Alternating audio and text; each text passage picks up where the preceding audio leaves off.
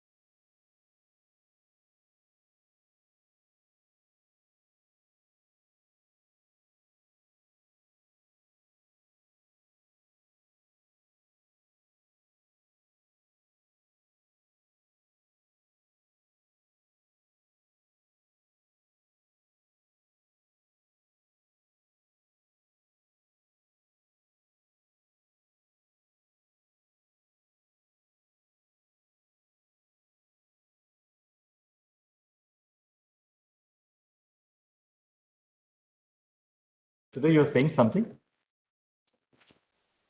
Yes, ma'am. You're saying something, I missed. Yes, ma'am. I'm sorry. Lord, I was to start. Yes. But my learned friend, my lord, who was arguing on the last occasion, requested that he has few minutes to argue.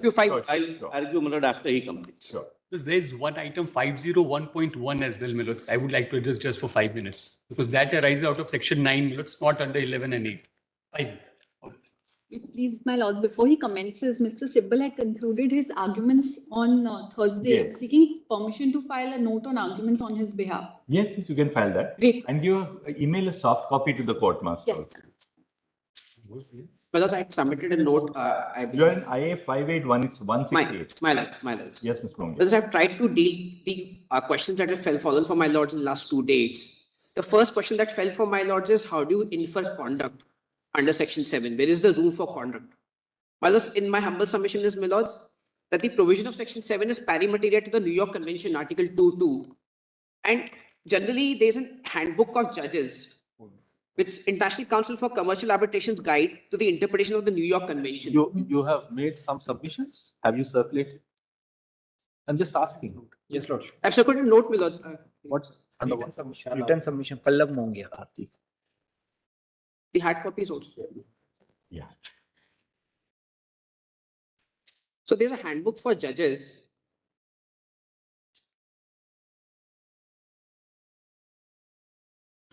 Yes. My lords have it, which contains a checklist setting out the questions to be answered and the steps to be followed by courts when applying the New York Convention. In relation to Article 2.2, it lays down the following. Is the arbitration agreement evidenced in writing? Examples is the... Mr. Babu, Sorry. you are reading from where? I'm not got it.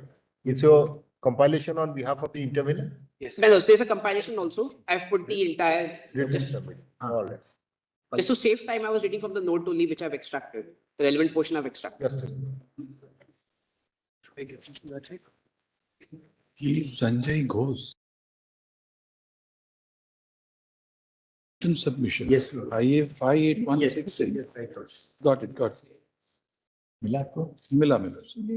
It's in.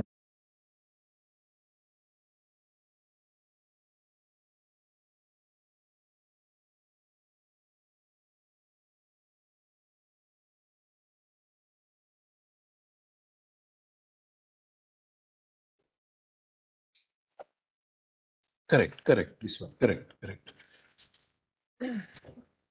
Yes. My lords, this is International Council for Commercial Arbitration's guide to the interpretation of the New York Convention, para 2 in my note, my lords, where they've laid down a checklist setting out questions to be answered and steps to be followed by courts when applying the New York Convention. In relation to Article 2.2, it lays down the following, and the provisions are pari materia, Section 7 and Article 2.2. Is the arbitration agreement evidenced in writing? Examples, is the arbitration agreement incorporated by reference? Has the arbitration agreement been tacitly accepted? Similar is the position in UK law also. My humble submission is that the concept is not restricted to signatories, but it's open to interpretation. And that conduct has to be inferred from anything which is evidenced in writing. That is the test. So it excludes oral agreements. Orally, one can't come to court and say, look, there was an arbitration agreement. But as long as there's something evidence in writing from where one can infer the conduct, that will fit into the description section 7 belows. UK law 5. And UK law also, my lords, section 5, subsection 4, an agreement is evidence in writing. If an agreement made otherwise than in writing is recorded by one of the parties or by a third party with the authority of the parties to the agreement.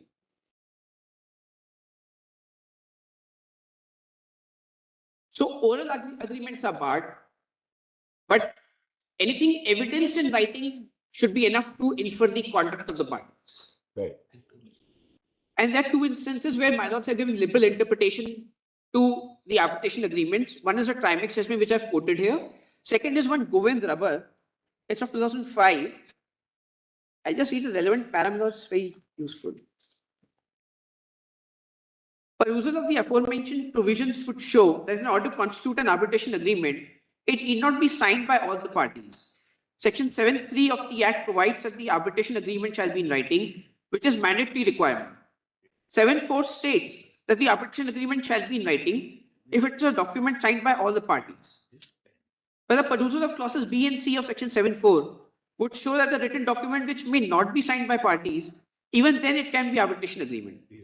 7(4)B provides that the arbitration agreement can be carried out from an exchange of letters, telex, telegrams, or other means of telecommunications which provide a record of the agreement. So that's how the expression record of the agreement has been interpreted.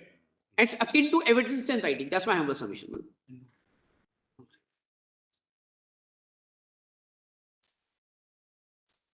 And that's how the concept of implied consent is also borrowed. Para 6 I've reproduced from Gary Bond, my lords. The entire chapter is very interesting. I've reproduced the entire chapter in my compilation.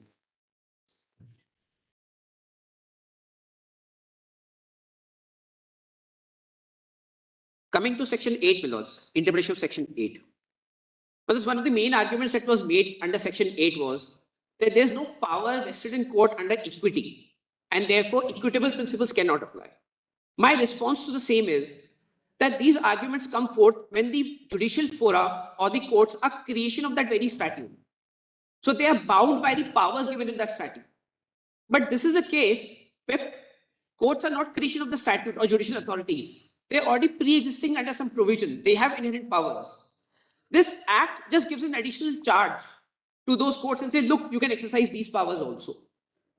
For example, the arbitration tribunal's powers are restricted.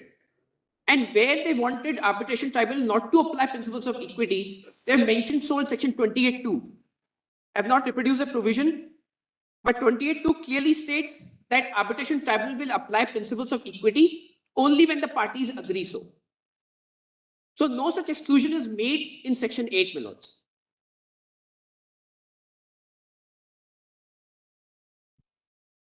Thus, section 28(2) of the Arbitration Conciliation Act states that unless the parties expressly authorize the tribunal to decide ex equo et bono or as amiable compositor, the tribunal cannot decide on the principles of equity. Alternatively, my lords, my submission is that the application of principles like lifting of the corporate veil or third parties or looking at the intent is not a concept of power. It is a concept of application of legal principle. Okay.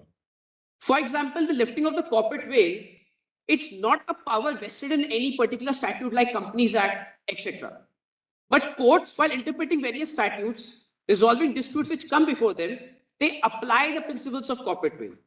For example, the Constitution Bench judgment of LIC versus escorts.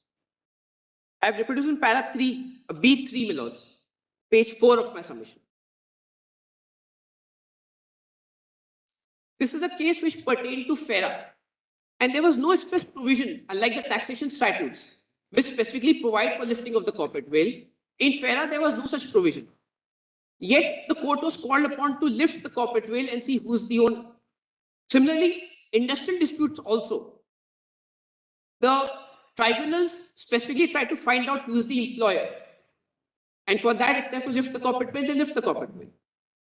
If I may just read this para 90 from LIC versus escorts. It was emphasized that regard must be had to the substance and not the form of a transaction.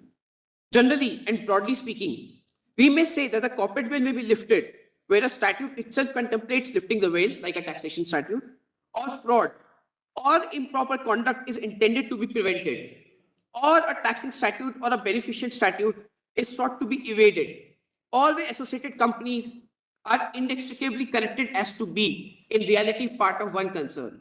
It is neither necessary nor desirable to enumerate the classes of cases where lifting the veil is permissible, since that must necessarily depend on the relevant statutory or other provisions, the object sought to be achieved, the impugned conduct, the involvement of the element of public interest, the effect of parties who may be affected, etc. So statutory power is not the test. The application of principle will happen if such situations were to arise before the court. Thank you. Then now we'll read the rest of the. Just one last submission, Milas. I'll just take 2 minutes. Milas, what I've also done is, Milas, I straight away have page 7 of my submission. I've put in a table where US courts have applied various principles to involve third parties in arbitrations. A submission was made previously, my lords, that US courts don't recognize group of companies doctrine. But that does not mean that they don't extend their jurisdiction to non-signatories. These are various instances where they have extended jurisdiction to non-signatories. One important is, my lords, CCL number 1, Walter Ego, Shapoorji Pallonji Company Private Limited versus Other India. There's a Delhi High Court judgment where they actually analyze the US law and says that, look, these principles are applicable in Indian jurisprudence as well. May I just direct my lord's attention to the compilation.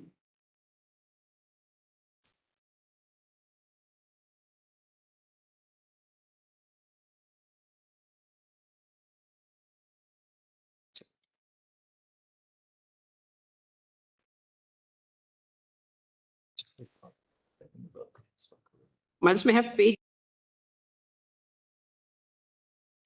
172 of my compilation.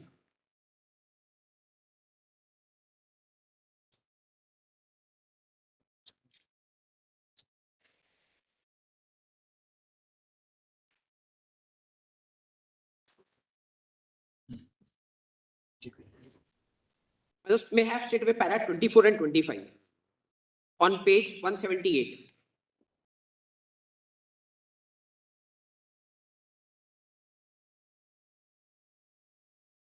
Milos, have it? Yes. He first quotes Gary Bond. According to Gary Bond, the principal legal basis for holding that the non-signatory be bound by an arbitration agreement is to include both purely consensual theories, example, agency, assumption, assignment, and non-consensual theories, example, estoppel, alter ego. In several cases, implied consent is used as a basis to hold that non-signatories are bound by the arbitration agreement. It is well settled that in cases where the signatory is an agent of the principal can be compelled to arbitrate, even though it is not a party to the agreement. This rests on the principle that the arbitration agreement may not have been signed by non-signatories, but was executed on its behalf. This principle is applied essentially in cases where agent-principal relationship is established between the signatory and the non-signatory, and it is established that the signatories had acted under authority of the principal. There are several cases where the courts have found the conduct of the signatory and its principal to be sufficient evidence of the relationship. And then they quote other instances where other principles apply. For example, the quotation para 26, where a party conducts itself as if it were a party to a commercial contract by playing a substantial role in negotiations and or performance of the contract, it must be held to have impliedly consented to be bound by the contract. And then they go on refer to other cases. Gary Bond is referred again, para 29. Para 31, there's an important quotation. The court observed to allow plaintiff to claim the benefit of a contract and simultaneously avoid its burdens would both disregard equity and contravene the purposes underlying enactment of the Arbitration Act. This is where the principle of equitable estoppel comes in.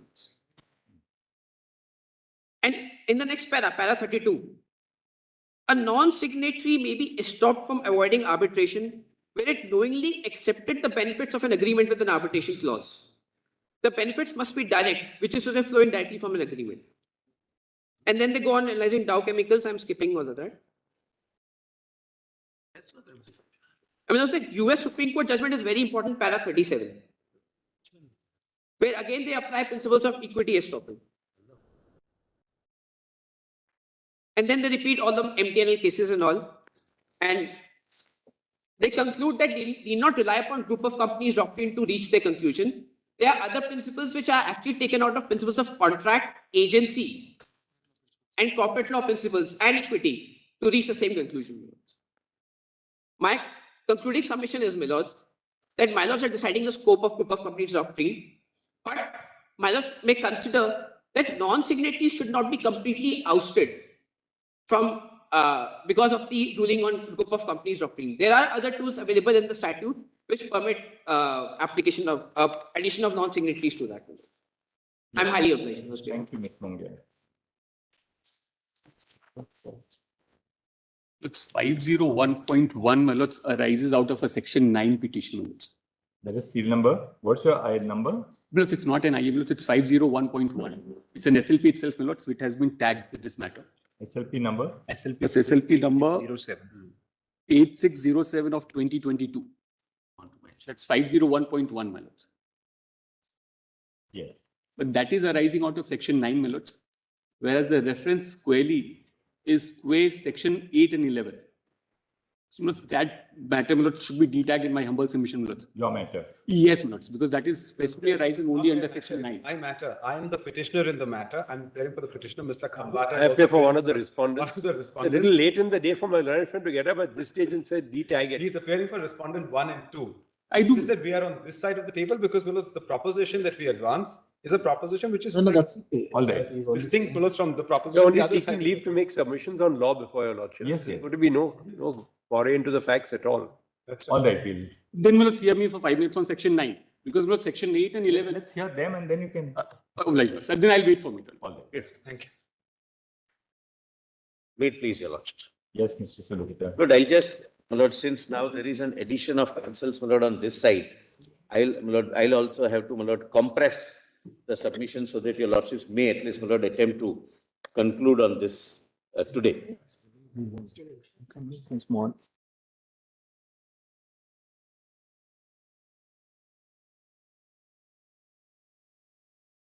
Finalize that late night, my lord. Why don't you mail it to us? Mail it to the court master first, or do you need to mail it to the court master? If you immediately mail it to us, I'll immediately do. I drop it in. Lord, I'll just, Lord, give 6 propositions. Lord, I am appearing for the Union of India. I am indeed grateful that your lordships allowed me, my lord, though I am not a party. But your lordships have 2 extreme positions. One saying that it applies completely, and one saying that it can never apply. And there is an exclusionary exclusionary statutory mechanism. That's one side of the argument. Lord, my argument will be nuanced arguments because we want this act to become effective and functional. And it does not become effective and functional if disputes are fragmented.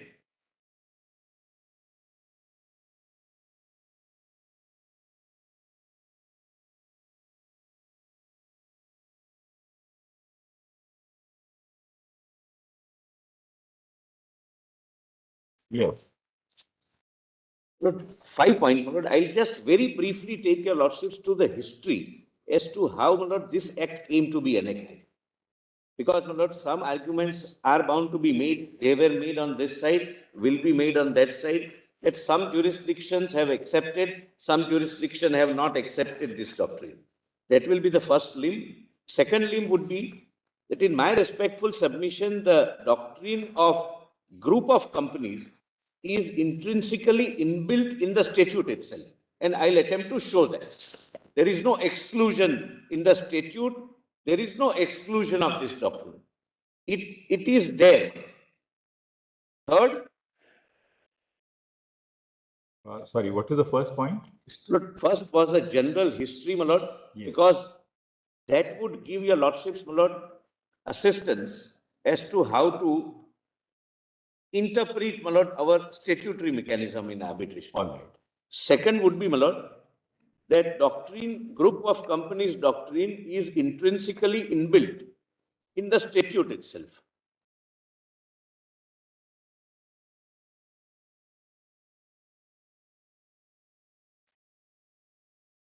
Yes. Third, presuming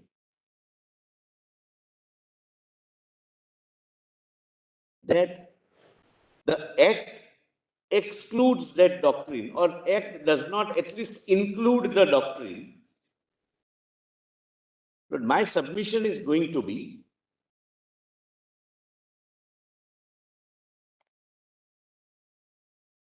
that doctrinal approach, your lordships, have always evolved. Everything is not to be found in the letter of law. Your lordships infuse blood and soul by developing doctrines for interpretation of the statute as it stands. And that's how, my lord, the law evolves.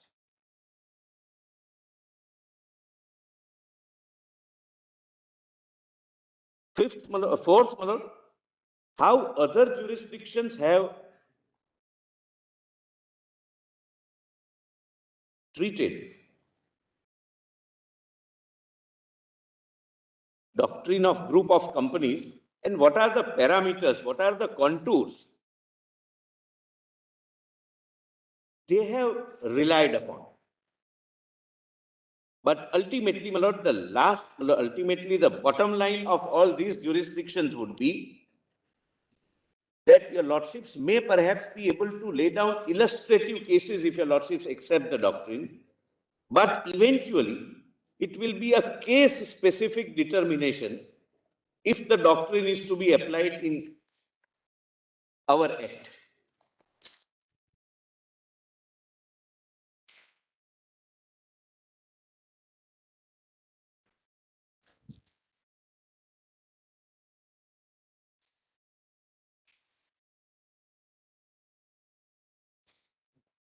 And last, Lord, what would be the, if your lordship is subject to what your lordship ultimately decides, whether the doctrine applies in our Indian scheme of statute or does not apply, but if it applies, what would be the contours of the court's jurisdiction under Section 8 and the jurisdiction of my lord the Chief Justice or his lordship's designate under Section 11, subsection 6? To what extent, my lord, the examination would be required at that stage?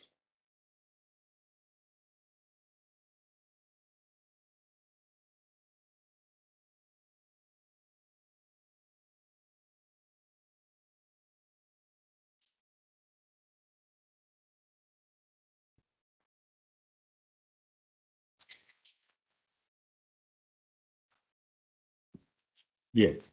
Yes, my lord, since, my lord, there are other, my learned friends are also, my lord, I'll compress it, and what may not be directly relevant, my lord, I'll point out briefly. Lord, first of all, so far as history is concerned, your lordships are aware, whatever is relevant for the present dispute. Lord, this alternative dispute mechanism concept started in 1923 with Vienna Convention. Geneva Convention, Geneva Convention, 23 and 27. But it was too broad-based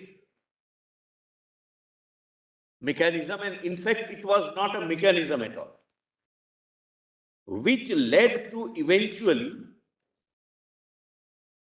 New York Convention.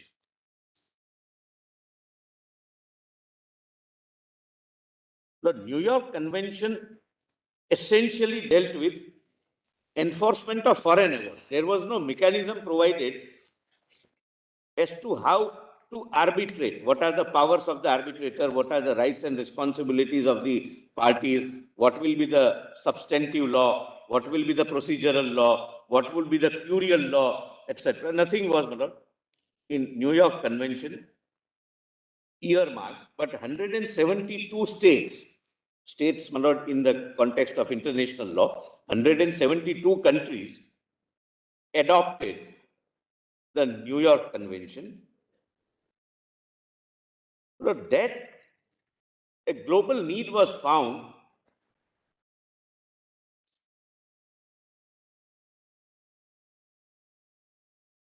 that there has to be a model infrastructure which can be adopted by the states and which can become their respective domestic statutory law. And there comes, my lord, unicitral model law. United Nations, my lord, prepared a model law in 1985, amended in 2006.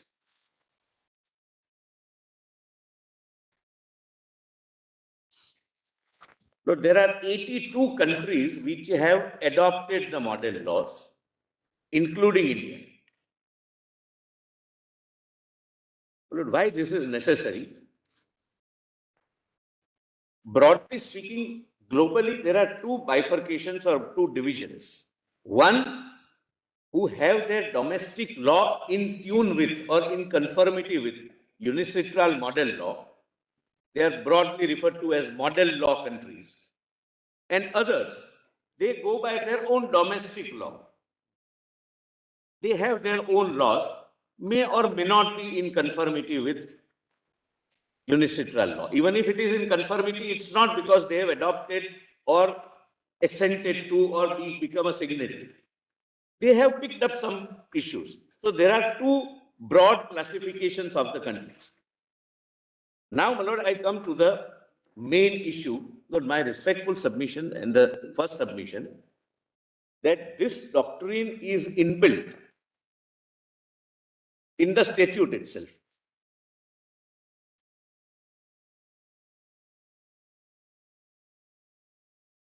And there is no exclusion, my lord, as argued. Lord, if I am right in reading the provision the way I read, then, my lord, we need not find anywhere else any provision for exclusion or inclusion. It is included, impliedly, intrinsically. Lord, kindly, therefore, on this point, come to page 2. I have quoted, my lord, some of the provisions to, my lord, make myself, my lord, more clear. As pointed out above, the Act uses certain terms, expressions, and phrases very broadly so as to not reflect the scope of alternative dispute redressal mechanism in minimum category of cases only. By way of an example, the term international commercial arbitration as defined under section 2(1)(f) broadly takes within its wide sweep all arbitration relating to, please mark this, my lord, something would turn on this, my lord, therefore I have underlined it, dispute arising out of legal relationship, whether contractual or not. Lord, very widely worded term, any kind of relationship, if it gives rise to or give birth to a legal relationship, and irrespective whether it is contractually incorporated or not, it would become a subject matter of international commercial arbitration.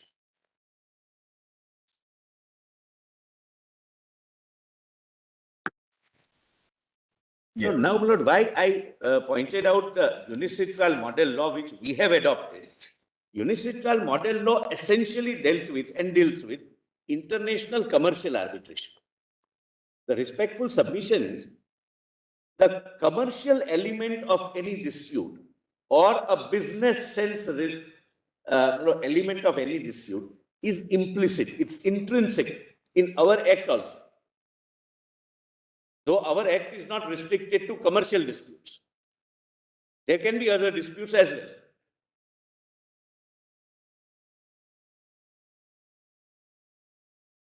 Now, please come to para 6. Coming to domestic arbitration, also it is clear that the group of company doctrine has remained inbuilt in the scheme of the Act before and after Law Commission's report number 246 and the amendment made in the year 2015 based thereon. Firstly, the term arbitration agreement is consciously not defined either under Section 2 or elsewhere so as to include only an agreement in conventional sense of the term as used in Indian Contract Act or elsewhere.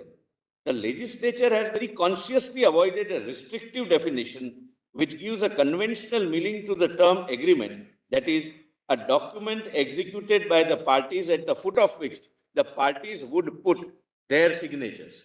Lord, nothing prevented the legislature from saying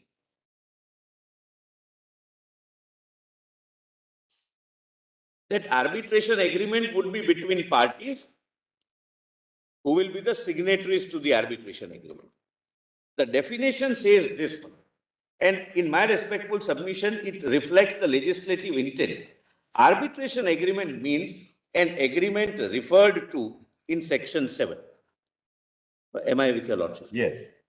At this stage, for the present purpose, the definition of the term parties as used in section 2H needs to be examined. Section 2H reads as under, party means a party to an arbitration agreement. So agreement is not defined. Agreement means whatever takes color of an agreement under section 7. And the party is also not defined except to say that whoever falls within 7 will be a party for the purpose of this act.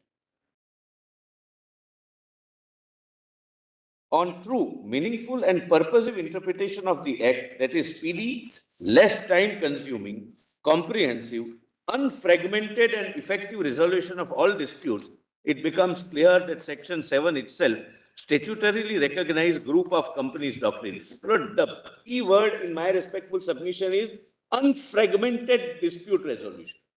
I have a dispute with A, but B is also a part of that dispute. So don't fragment it merely by giving a restricting meaning that I will have relationship with A and therefore arbitration between me and A, but for B I have to file a suit. That's not the intent. Now please see, my lord, the definition of the arbitration agreement.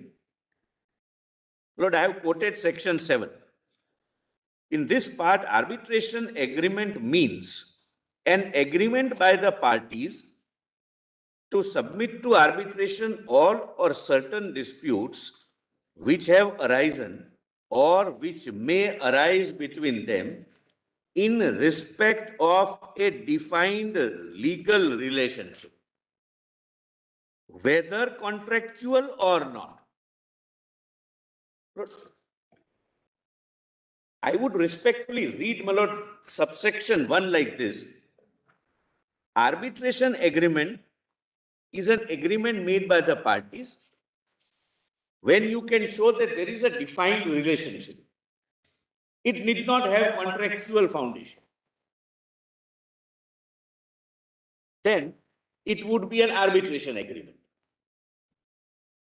Not necessarily between A and B, not necessarily having a contract between A and B, reduced as a contract between A and B, not in the conventional sense of the term agreement as used in the contract. Now, your lordships can do. An arbitration agreement may be in the form of an arbitration clause in a contract or in the form of a separate agreement. Well, we are not concerned for this matter.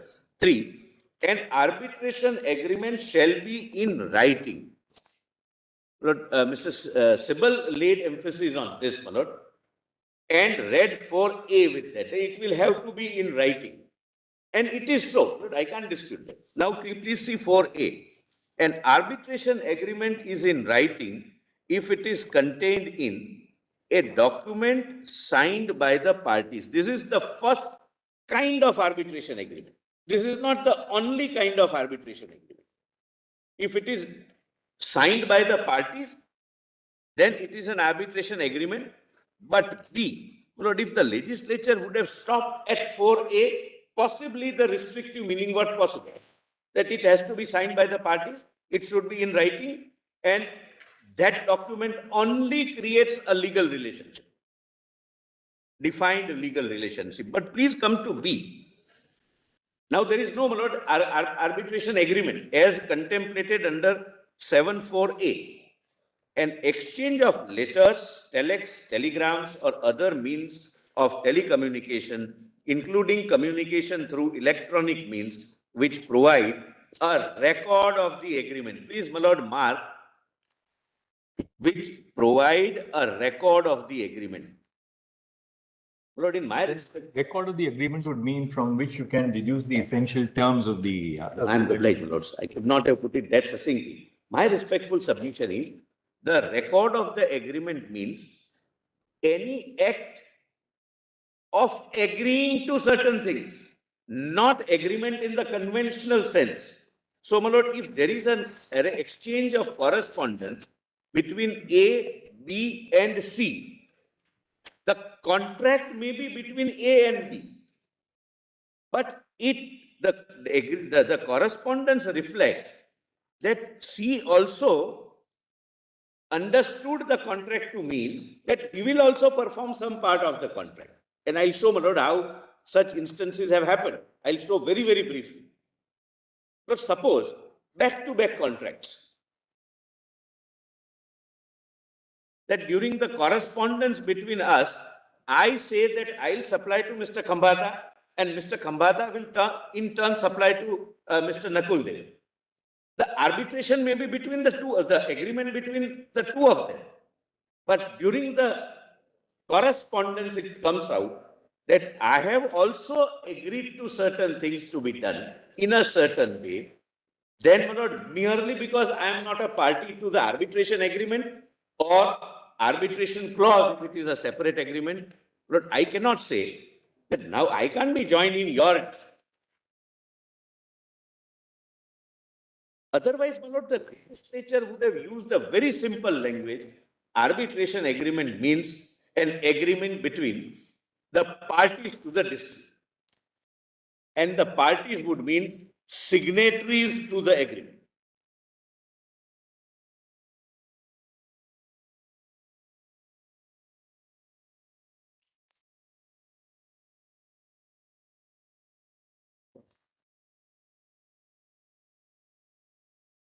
Yes. So, my lord, my respectful submission is the term parties are not used in the same sense as we understand signatories.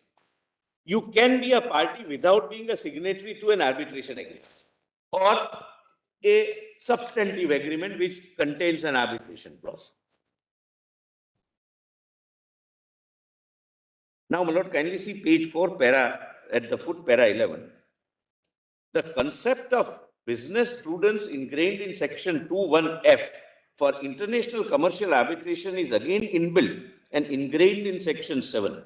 Section 7 neither restricts the term agreement to be one conventional document nor restricts it either document-wise or party-wise.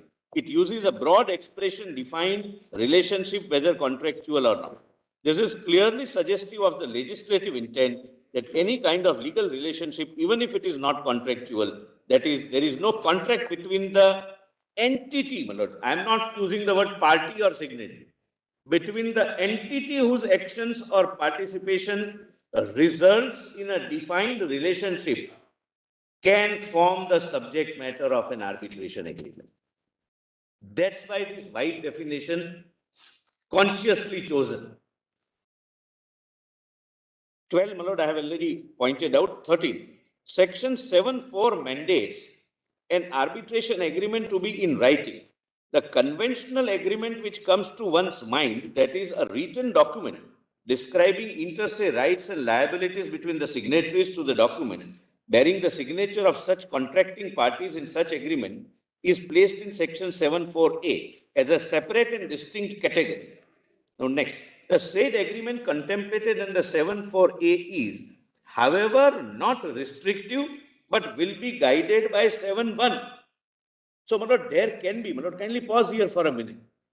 There can be an agreement which is under 4(a), document signed by the parties. I'm sorry, 7(4)(a), which is a document signed by the parties, but it will have to be examined under 7(1). Because it can be an agreement where it clearly comes out a defined relationship, which may not be contractual under this agreement. Lord, I hope, my lord, I am able to make myself clear. My lord, continuously, my lord, I am saying, my lord, in their contract, Mr. Khambata and Mr. Devan's contract, they continuously refer that the goods will be supplied by Mr. Mehta. I am not, my lord, a document signed by the parties. I am not a signatory to that document. But from the document, it emerges that there is a defined legal relationship emerging from that document. Like, for example, there are certain obligations incorporated by reference. They can say, Mr. Khambata can say that I'll supply goods to Mr. Devan, but we have a separate agreement dated so-and-so, registered at so-and-so with Mr. Mehta.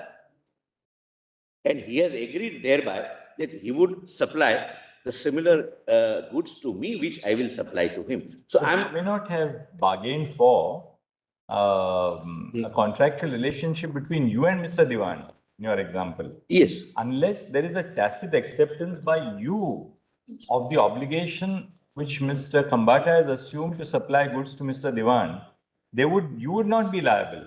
No, Merely because, say, suppose, for instance, you are the foreign collaborator of Mr. Khambata's client, all right? That you are the person who has prepared the software, or you have prepared the service agreement, the license agreement. You are the real originator of it all.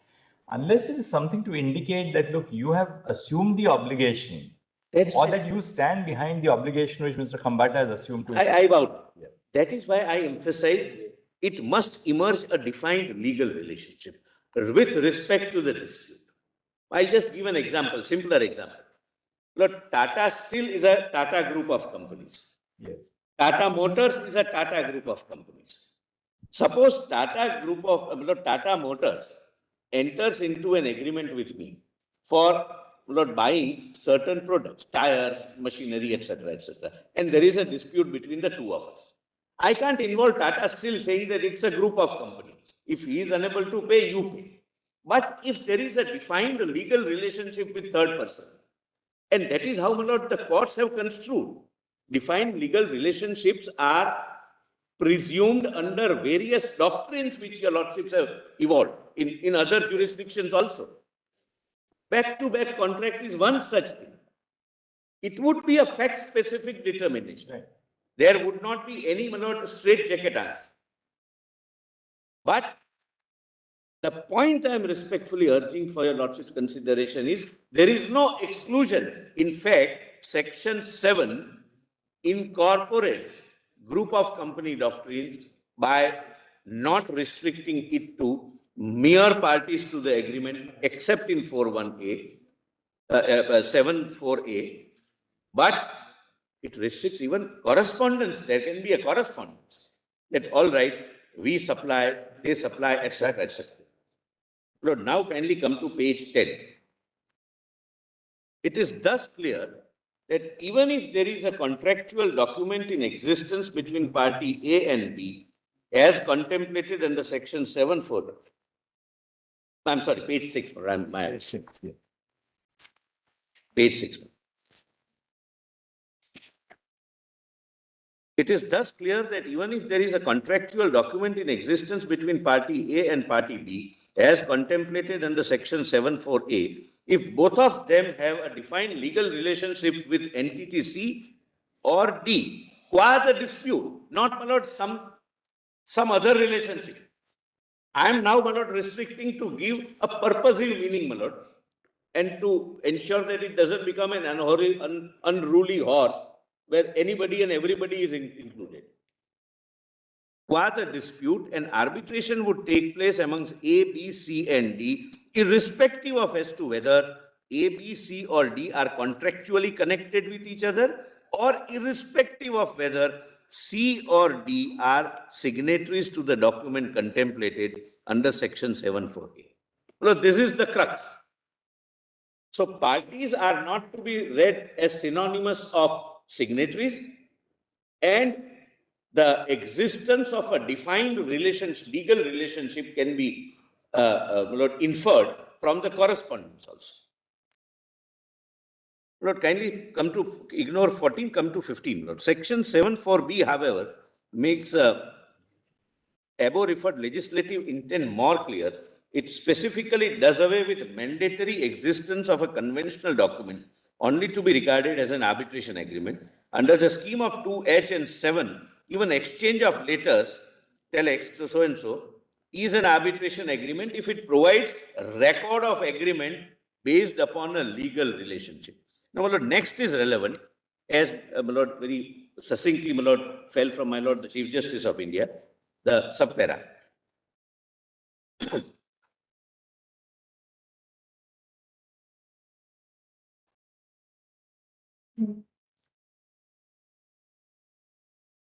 Yes. Subpara. In other words, the term agreement, except as used in section 7(4)(a), that is document signed by the parties, is used not in the conventional sense of a document of agreement with signatories, but as an act of agreeing. This is, my lord, the heart and soul of section 7.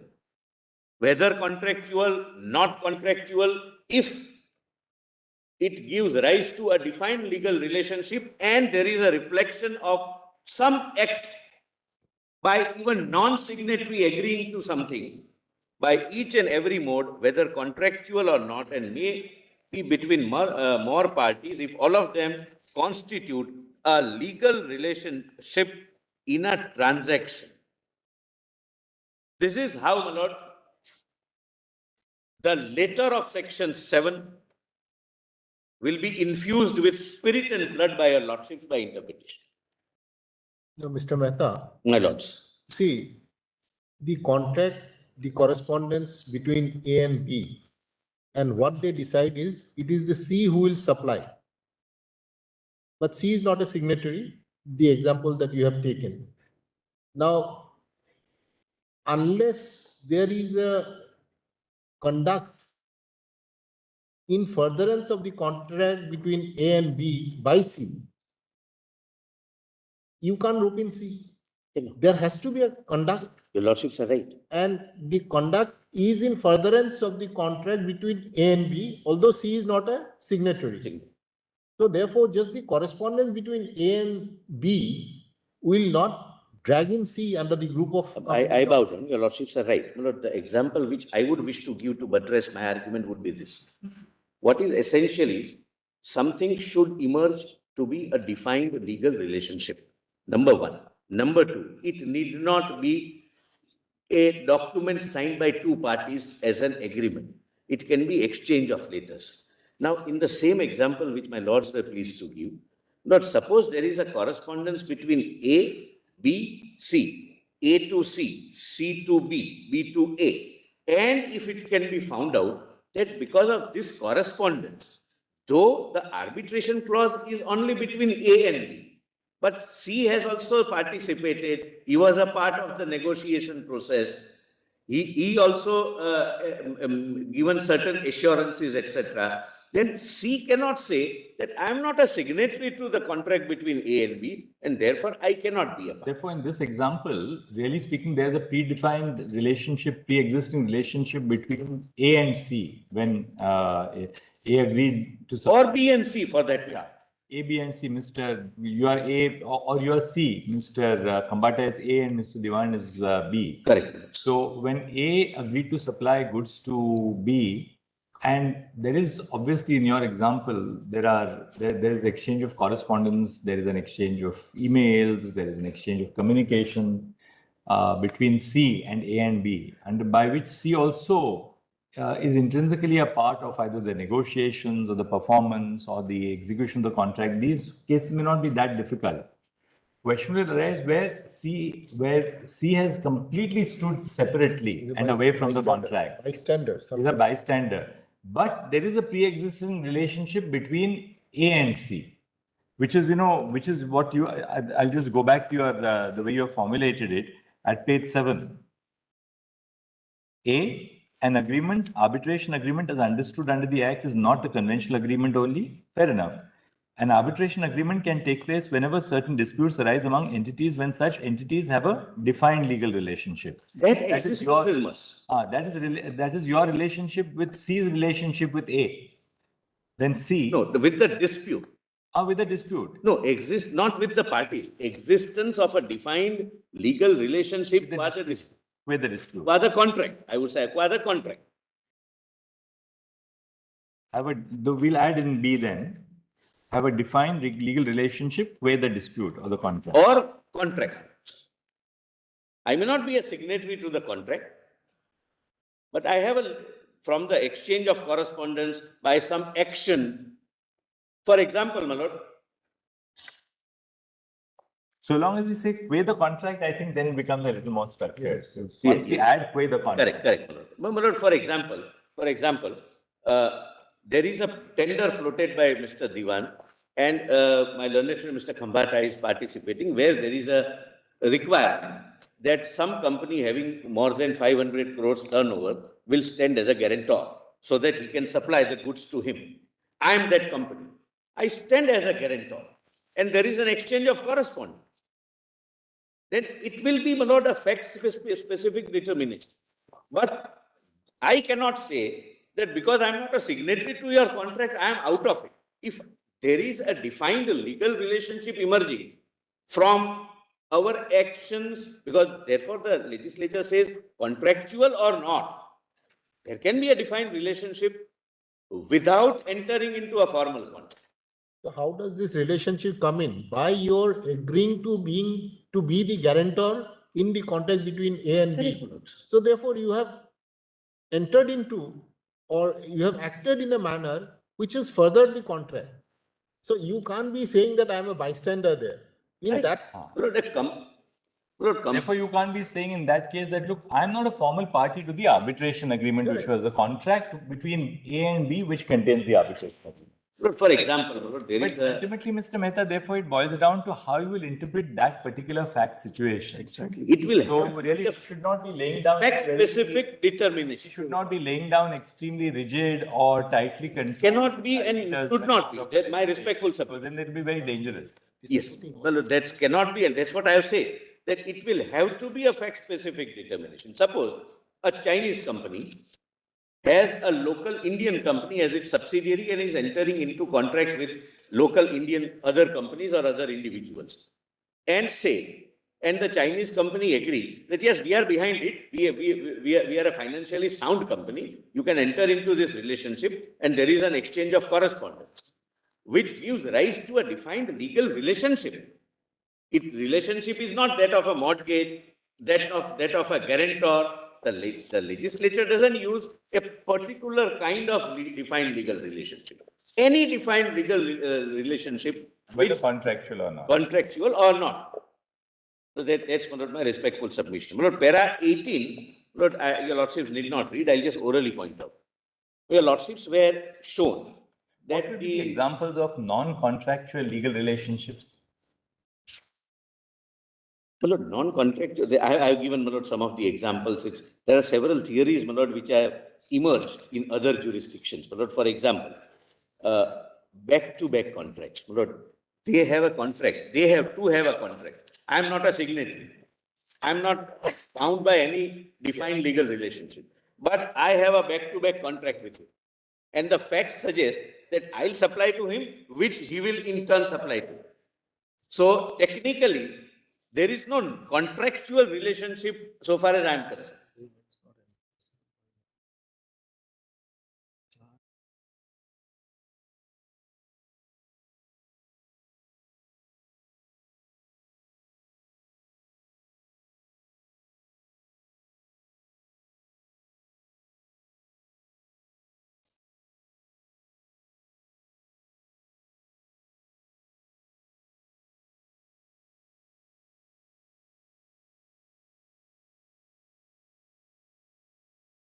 As far as Law Commission's report is concerned, what your lordships have seen. I'm sorry, the report. But Law Commission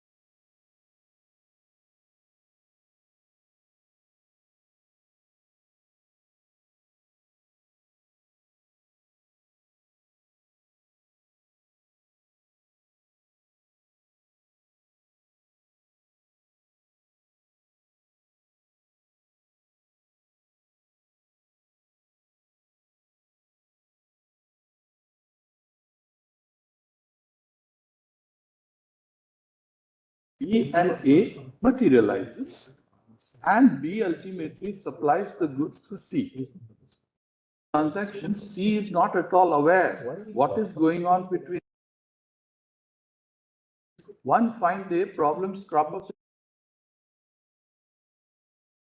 What do you intend to do? B says, I have taken up the issue with A.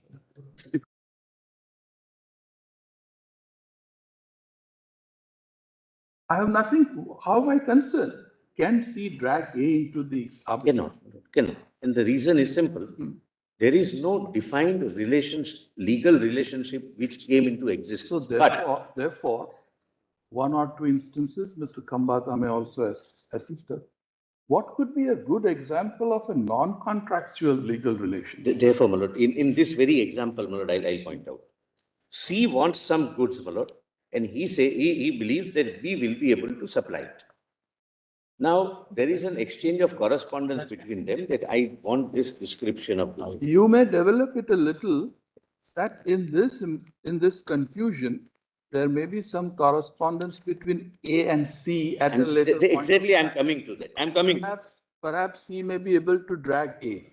Correct. Exactly, that's what, my lord, in the example which your lordships have given, there does not come into existence any defined legal relationship between C and A. So this doctrine cannot apply. But when C approaches B, that I want this particular description of goods, and only A will be able to supply because this category of goods or description of goods only he manufactures. You are the retailer or a wholesaler. B approaches A, and there is an exchange of correspondence between three of them. A says, yes, I am agreeable if you enter into a contract as per this schedule of distribution or this schedule of supply.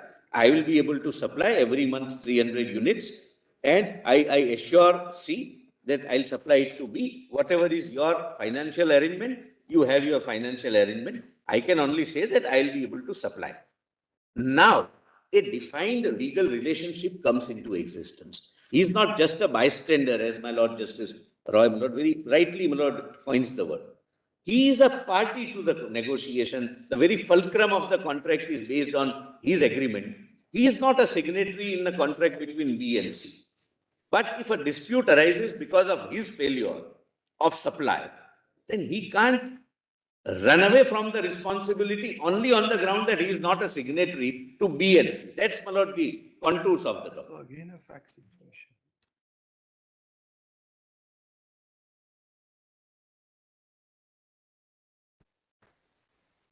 It will be very dangerous to set out all the circumstances. It should not be. In fact, Should not. The constitution bench should not even attempt to do No. because we must respect the wisdom of the courts concerned. Fact situation might differ. Particularly in commercial matters, you must leave a certain degree of flexibility for courts to, there are two or three things, my Lord, why in my modulate their decisions based on the situation, unless there's something really positively erroneous in the doctrine. Because ultimately you have to evolve the doctrine based on, the facts as they will emerge before succeeding benches.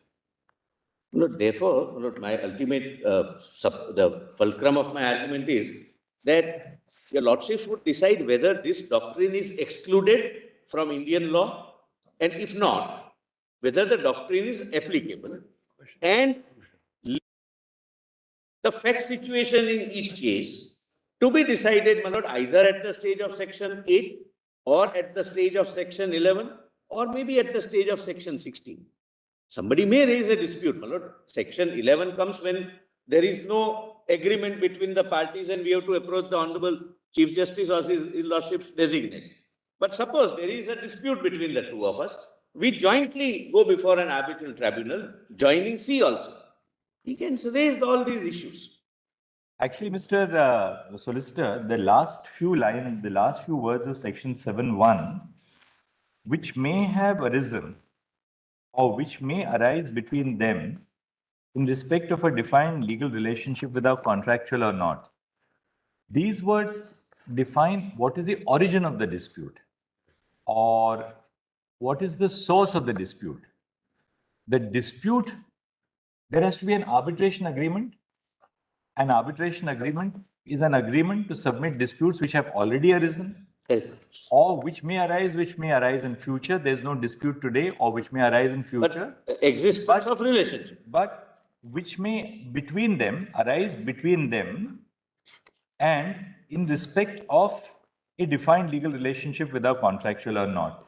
So these words, in respect of a defined legal relationship, whether contractual or not, refer to the source of dispute or the contract. The dispute must arise either through a contract or it may arise through a legal relationship other than a contract. Yeah. So, for instance, I'll give you an example. It may sound a little, I just concocted it here. Suppose a builder has a large tract of land. He carves out plots and assigns plot A to A, plot B to B, plot C to C, plot D to D, plot E to E. Now, there is no contractual relationship between A, B, C, D, and E. Correct. Right? Complete bystanders. So the contractual relationship is only between A and the builder and A, the builder and B, the builder and C. But suppose in future a dispute arises between the individual purchasers over the sharing of common amenities or the sharing of a common source of water or a green area, so on and so forth. There might be then an arbitration agreement which says that any dispute between them, A, B, C, D, and E, will be arbitrable. Because then there is no contractual relationship between A, B, C, D, and E unless they've entered into a cooperative society or a condominium. But by virtue of the fact that they are neighbors, there is an element of a legal relationship, what you shall do and what you will not do to a neighbor. Okay, so therefore that is a sort of a dispute which may be an arbitrable dispute in the future. There is no contractual... but the definition, Section 7 doesn't talk about arbitration contract. So it is talking about arbitration agreement. Agreement is defined under the Contract Act, where there is an offer and an acceptance. Contract is defined as an agreement which is enforceable in law. So there are two legal relationships. One is a legal relationship of a contract, another one is a legal relationship of an agreement. Contract Act contemplates entire regime with respect to how to enforce a contract and also how to enforce an agreement. So far as agreements are concerned, 68 onwards talk about certain relationships resembling those created by contracts. So therefore, those aspects which have not emerged into contracts can also be subject matter of an arbitration. So therefore, it's a holistic. Yes. An arbitration can be with respect to enforcement of contracts. It can be with respect to, that is more or less similar to specific performances. Correct. So which is also, though it's not a contract, nevertheless, it has come within the fold of an arbitration agreement. That is how it takes within. Yes. Now, apropos, to take it a little further, what Arbitration Act is talking about when it's speaking under Section 7 of arbitration agreement, there are three inviolables there. First and foremostly, written agreement is necessary, not contract, written agreement. Second is parties are necessary, but these two are not frozen. 4B gives meaning to it, saying parties as well as legal relationship is inferable from what is defined as the record of agreement. So not we have agreement in writing, but record. What the court does is, court has in every case look into the existence of parties. That's also inferable from the record of agreement. Court will also have to see the legal relationship, which is also inferable from the record of agreement. So we will have actually a written agreement, not in terms specified as A and B. Act of agreeing. A and B, but whether A, B, C or D are inferable from the record of the agreement. And similarly, the relationship is also inferable from the record of agreement.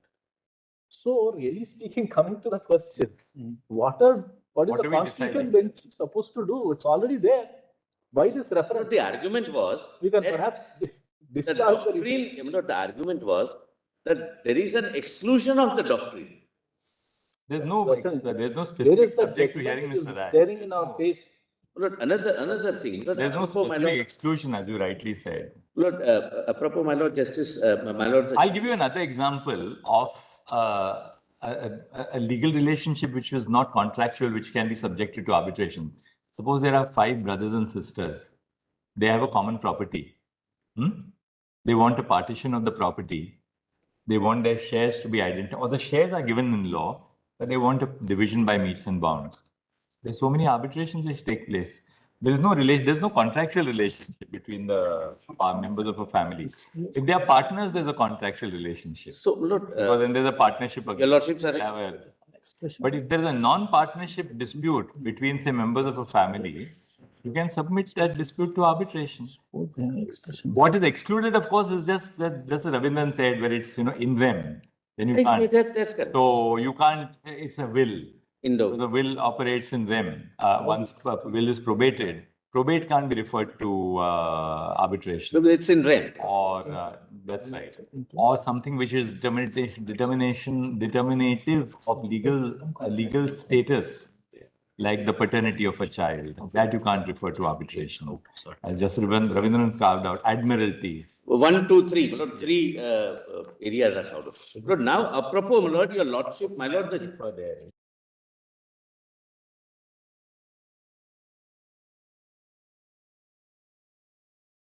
Therefore, when you agree to an arbitration, the dispute may not emanate from a contract at all. It may emanate entirely from an area other than a contract. That's right. Look, kindly, my lord, taste your lordship's example, my lord, again for 7-1. Again for 7-1, my lord. Kindly, I'm sorry. My lord, Justice Narasimha. No, nothing, sorry. No, I'll do that.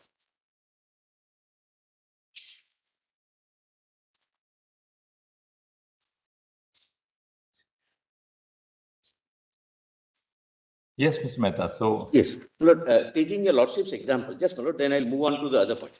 Lord, kindly see 7-1 in a scenario which, my lord, the Chief Justice of India. absolutely.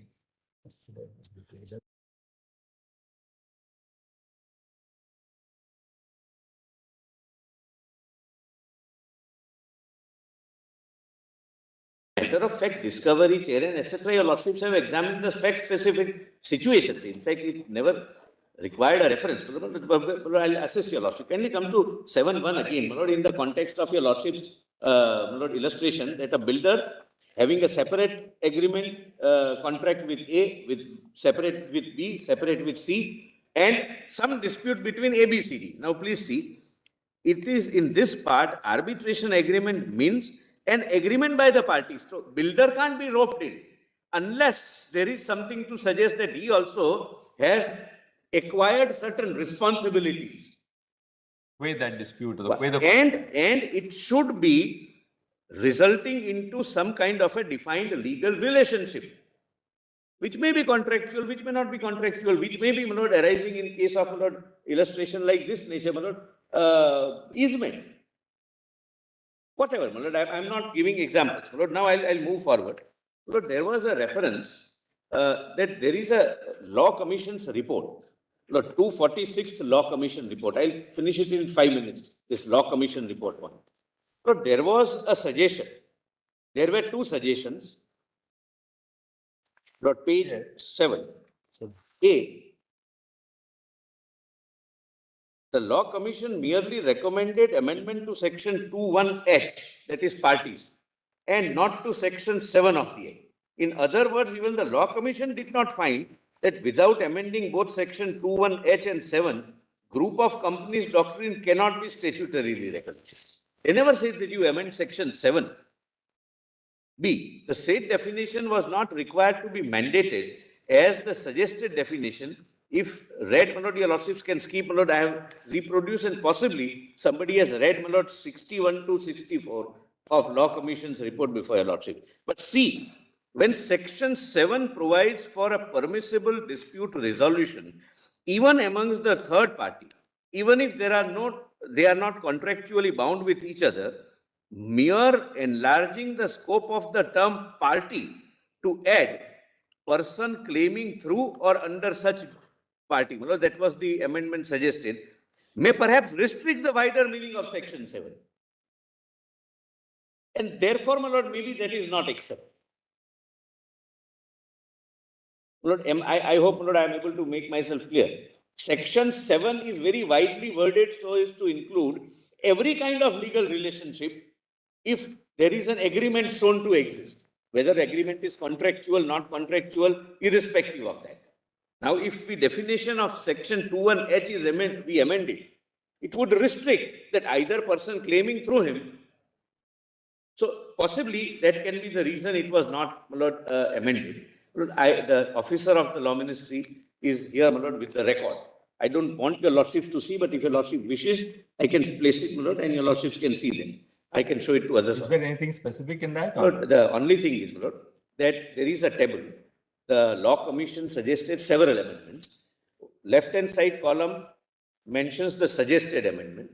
Right-hand side column mentions the response of the law ministry. On 2(1)(h), they say should be accepted.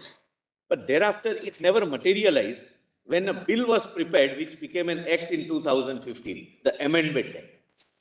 So that is. So it was accepted in the law ministry, but it didn't materialize, and there is nothing on record we have checked up to show why that happened, whether inadvertence, a conscious decision. Drawn up in the fourth line.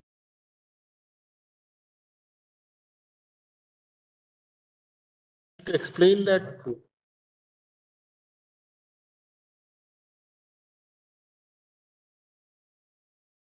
restrictive meaning was avoided. Yes. They wanted to keep the expression enough to take into account all kind of possibility scenarios. As contemplated under 7. As contemplated under 7. Otherwise, that 7 is wide enough to take. 2(1)(h) as suggested to be amended may perhaps restrict 7. Because then it would be party. Party would mean either party himself or someone claiming through him. Then, even if there is a defined legal relationship emerging, even if an act of agreeing, without there being any formal agreement emerging. But the notes in the ministry do not suggest that consciously such a decision with this intent. It is not. I must frankly, my lord, admit it. It was just not gone through, although recommended. Didn't go through, my lord, that's all. But I'll place, my lord, the file for your lordship's consideration. Lord, section 8, I don't wish to, my lord, dwell much. It merely gives an additional locus. Earlier, my lord, what used to happen, if contracting parties are before a civil court or any judicial forum, only the party can say that send us to arbitration or send them to arbitration. Now, my lord, even any other person claiming through or under him also can. It gives additional locus in section 8, nothing beyond it. My lord, it doesn't affect the applicability or otherwise of the group of companies doctrine. Yes. Lord, page 10, para 22, my lord, the heading, my lord, I'll not, my lord, dwell much, but my lord, I'll just orally point out in 2 sentences that the very object of the act is to ensure that dispute A is resolved fast. Second, it is not fragmented. If someone is really a part of a defined legal relationship, then I'll fight with A in an arbitration and I'll fight with C in a civil suit. That is avoided. So your lordships would avoid a meaning which defeats perhaps the intention of the legislature.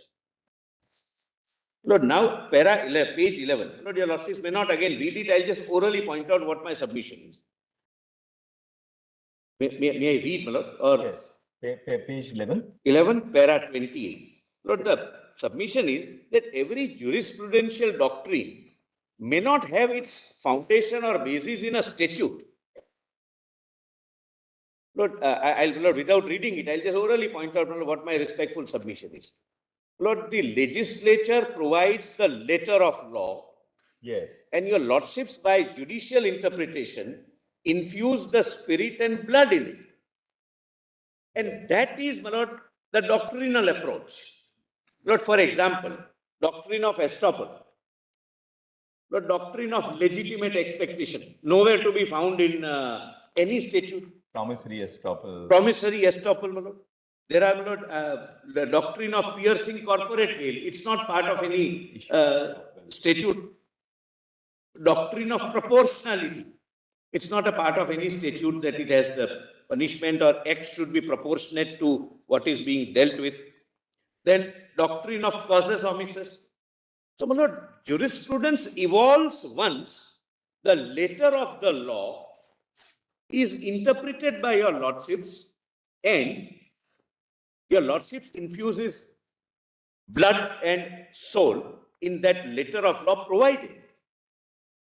If it defeats the very intention of the act, my lord, it cannot be accepted. Suppose there would have been a doctrine in the arbitration context which would have defeated the very object of the act. Then your lordships may, in a 5-judge combination, say that no, this doctrine is not applicable. But it furthers, my lord, the object of the act. It supplements the intention of the legislature.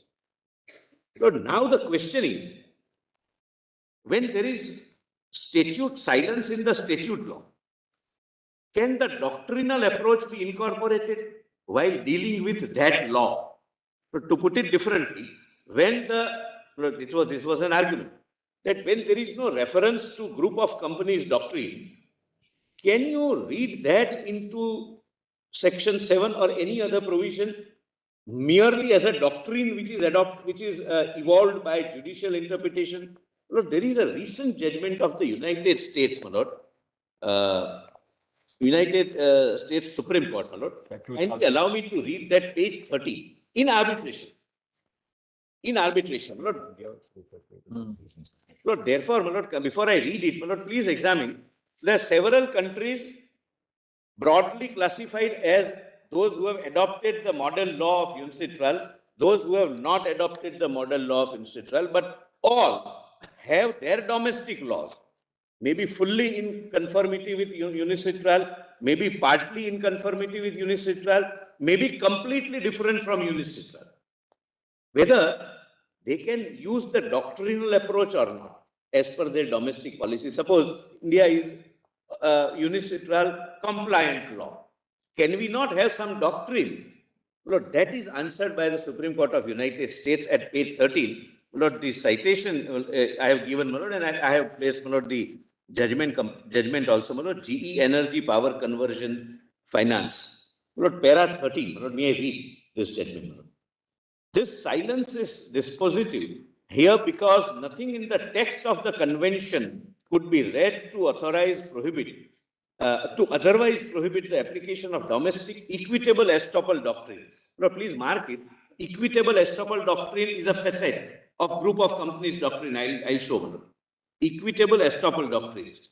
Because I will be stopped from saying something which I did, which resulted into a defined legal relationship.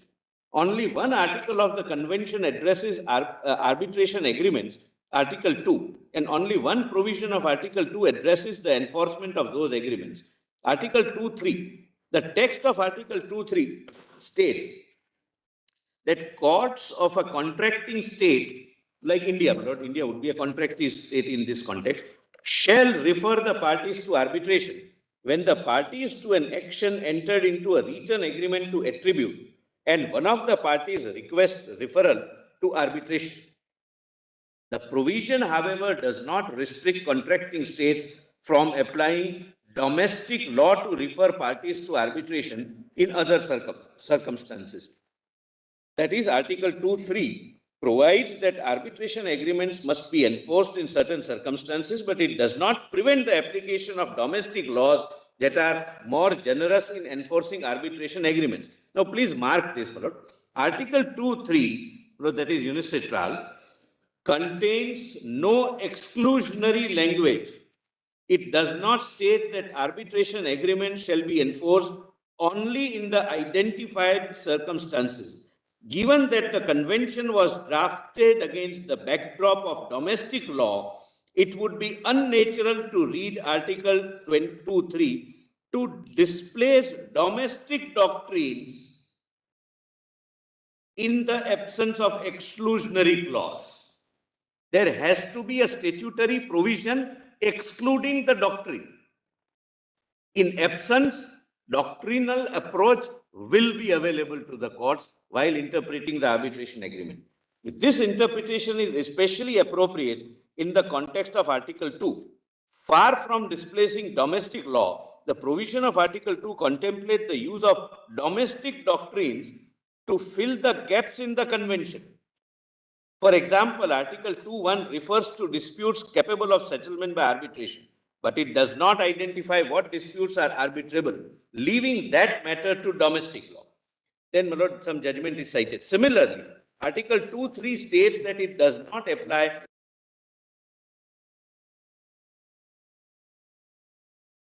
fails to define those terms. Again, the convention requires courts to rely on domestic law to fill the gaps. It does not set out a comprehensive regime that displaces domestic law.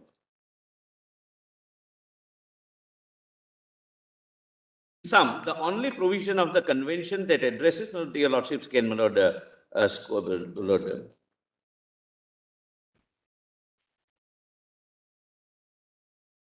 14.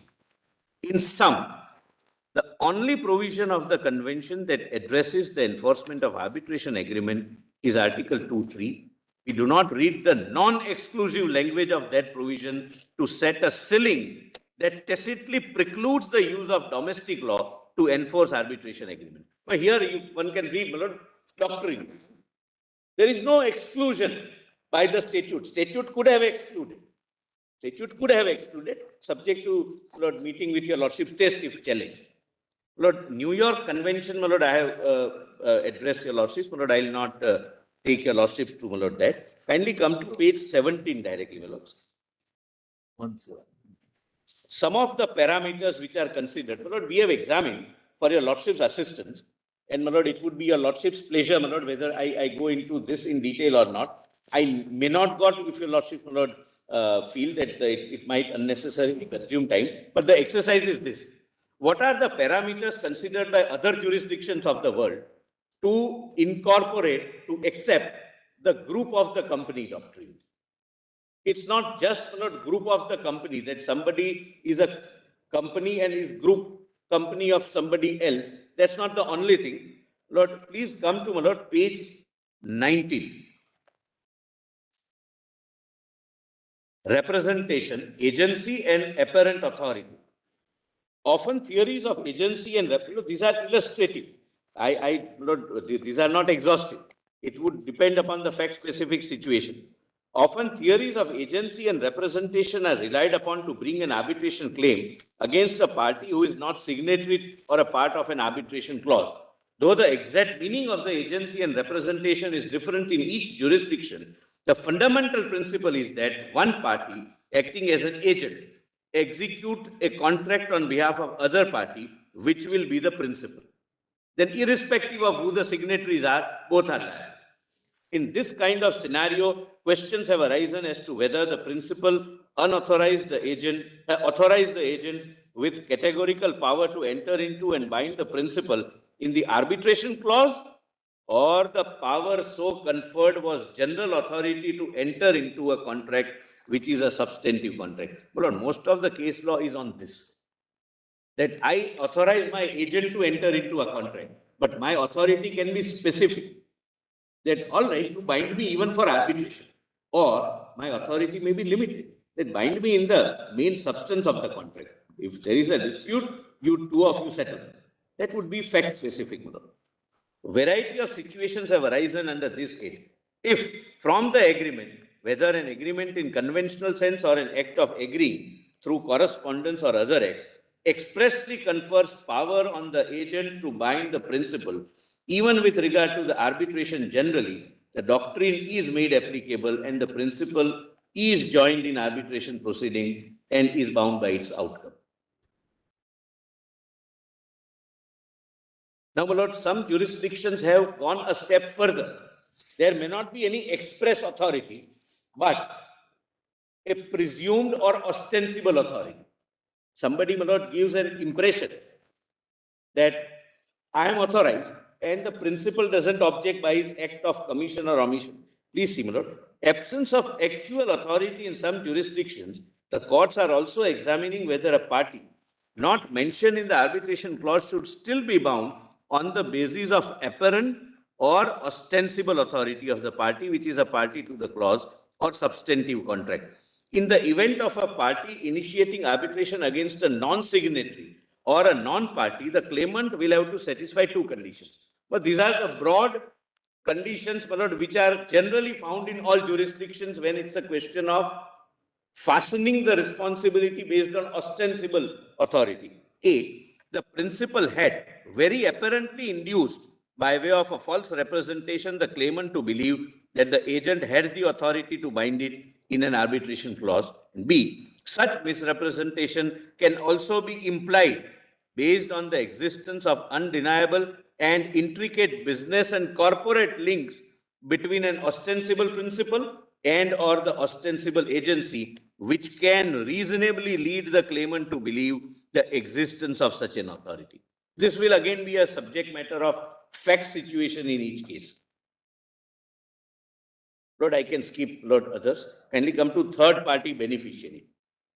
Lord, some jurisdictions, my lord, to how far, my lord, this court would accept again would depend upon the fact situation. But if in a contract between A and B, it is explicitly mentioned that it is for the benefit of C, and C has derived some advantage under the contract, he cannot take the plea that he is not a signatory and therefore would not be bound in the arbitration.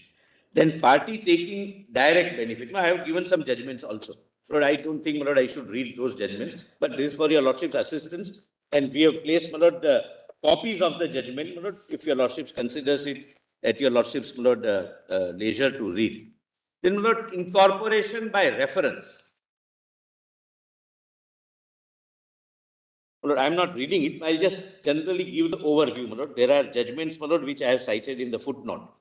My lord, in some jurisdictions, what happens is a contract is between A and B. C is completely alien to the contract. But the contract refers that for the performance of the contract by A with regard to B, C has, by later dated so-and-so, agreed to do this. C has, by act, supplied something. C has, by his act, purchased something. So, my lords, in fact, situation like this, incorporation of responsibility even by implication or reference made in the agreement with regard to a party who is not a signatory to the argument, that is also, my lord, accepted, and that is also, my lord, an extended group of company doctrine. Then your lordships may come to 24, doctrine of single economic entity. My lord, the case of discovery which my lords decide, where the registered office of the company and the subsidiary was on the same place, the chartered accountant was same, several things were being done together, one was representing other and other was representing one, my lord, respectively, etc. Then, my lord, parameters, my lord, which are, my lord, if your lordships can quickly go through 24 bottom. My lord, these are examples. Basically, my lord, as I say, my lord, these are illustrative lists, cannot be an exhaustive list, my lord. But there are several, my lord, illustrations I have given. Then, my lord, since I am not, my lord, wasting their time, my lord, I am not going into it. Equitable estoppel doctrine, single employer liability, controlled group. Lord, there are several facts which emerges before your lordships. That this is controlled by this group. This is just money going from right pocket to left pocket.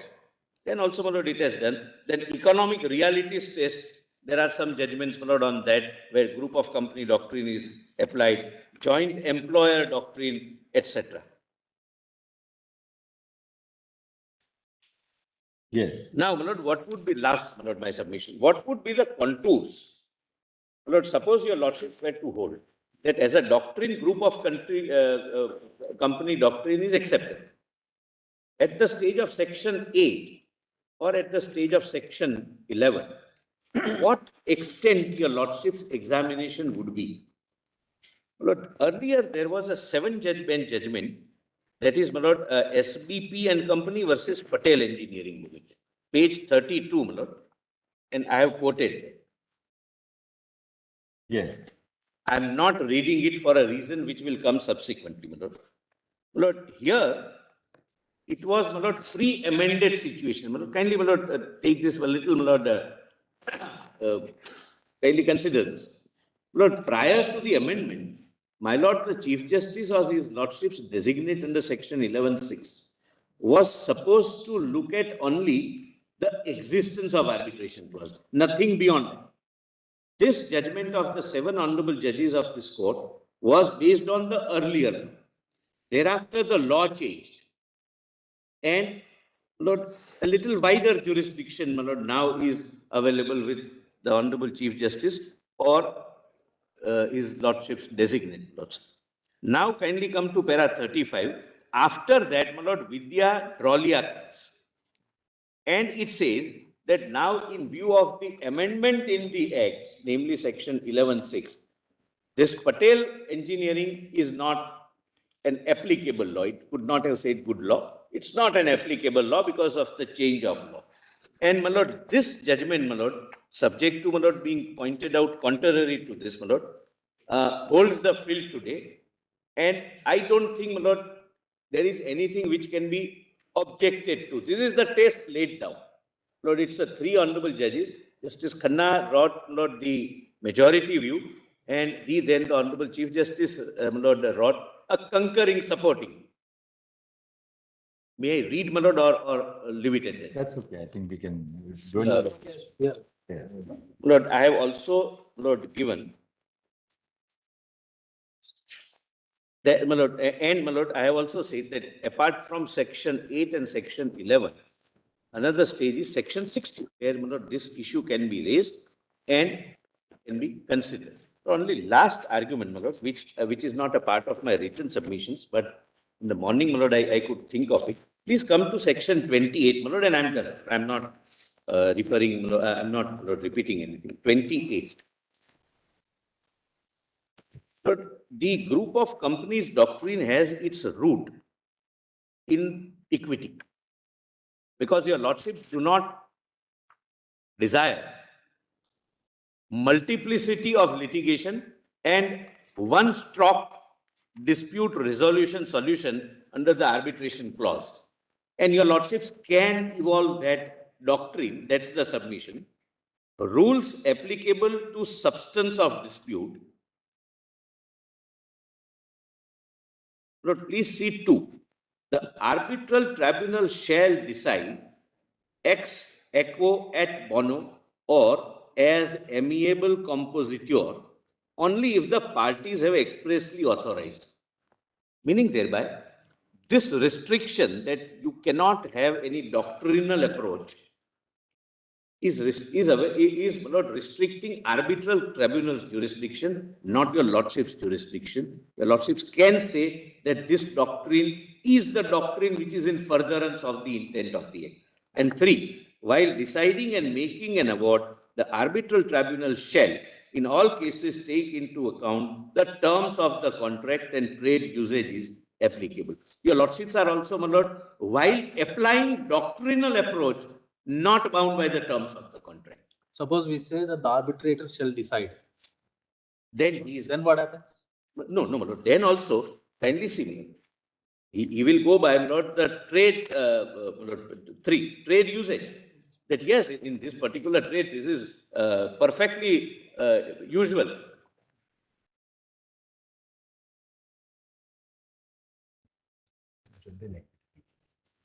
Lord, really speaking, the tribunal would decide that issue, not under 28, but under 16. Under 16, whether there is an arbitration, whether we have the jurisdiction on the arbitral tribunal's jurisdiction.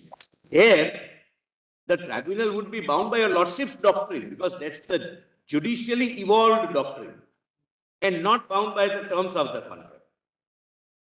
Lord, these are my respectful submissions. Thank you, Mr. Solicitor. Lord, I have given, my lord, the judgments and, my lord, some which we found, my lord, to be useful and, Lord, assisting your lordships, which is already filed. I'm not reading it. Your lordships can, my lord, if your lordship feels, just glance through it. It would, my lord, assist the court, my lord, in arriving at it. Thank you, Mr. Solicitor. Lord, immensely grateful, my lord, for the inquiry.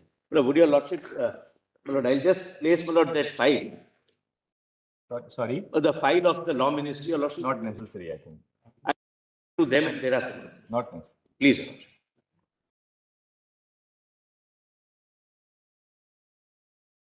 Will be adopting the same line as the solicitor or? Not exactly, my lord.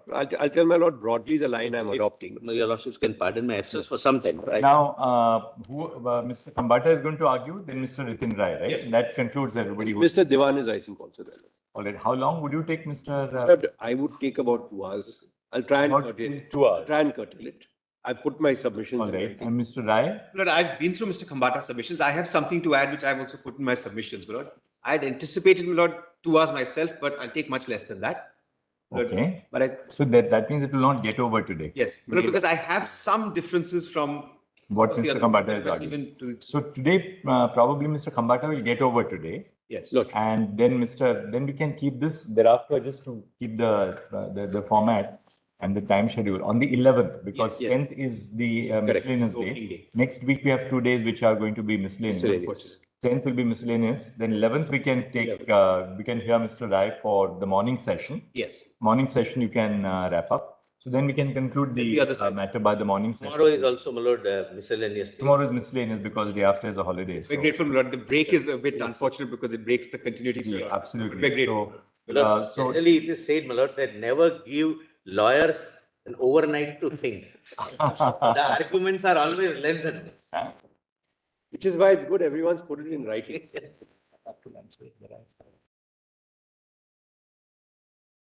Kambata,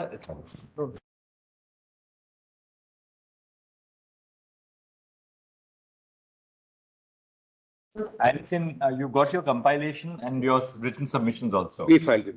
So then you can just take us to navigate us. I will do that. We'll come back at last.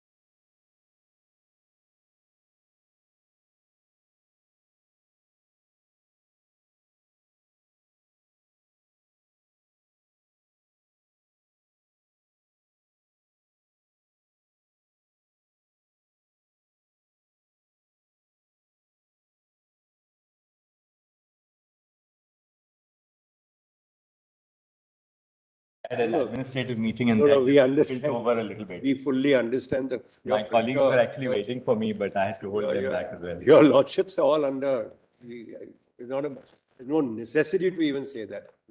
Just before Mr. Khambata begins. Yes. Because I believe your lordship was looking at some kind of time estimate. Now, fortunately for me, Milord, some parts of whatever I have given in my written submissions is also part of Mr. Khambata's submission, so I can certainly skip all of that.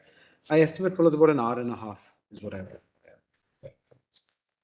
Yes, Mr. Chairman. The way I propose to go about it, I've heard my learned friend, the Solicitor General, and I've got a full report of what has been argued. And I propose, subject of course to what my lords say, to go about it in 4 buckets of arguments. The first, I think it is necessary for me to go into what the group of companies doctrine really is. And it will be my submission that it is a concept which is founded almost entirely, if not entirely, in the law of contract and requires a mutual intention and an implied consent. It cannot exist outside intention, is going to be my submission. Mutual intention and Implied consent of the non-signatory as well as the signatories. Everyone has to consent to the non-signatory being a party. And the second will be that who is a party must ultimately accord or comply with the principles of contract and the provisions of the Arbitration Act. And I will show certain areas where this becomes a little relevant under the Arbitration Act.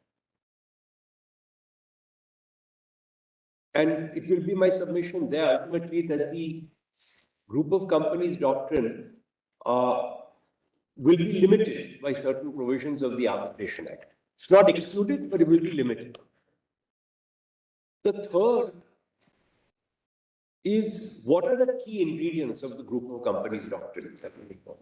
And there the submission is going to be that all the judgments ultimately seem to say that the object of using such a doctrine is to find someone who is not signed, but who is what they call a veritable party, effectively a party without a signature. That is the object and end result. And without that end result, there's no intermediate person who can be roped into an arbitration. And finally, and this may be the most important for your lordship sitting in Constitution bench, there are 3 or 4 other very cardinal principles which intersect with this principle. And a balancing needs to be done. And what are those principles? The first is that arbitration is consensual. It is founded only on contract. There can be no arbitration outside contract or consensus.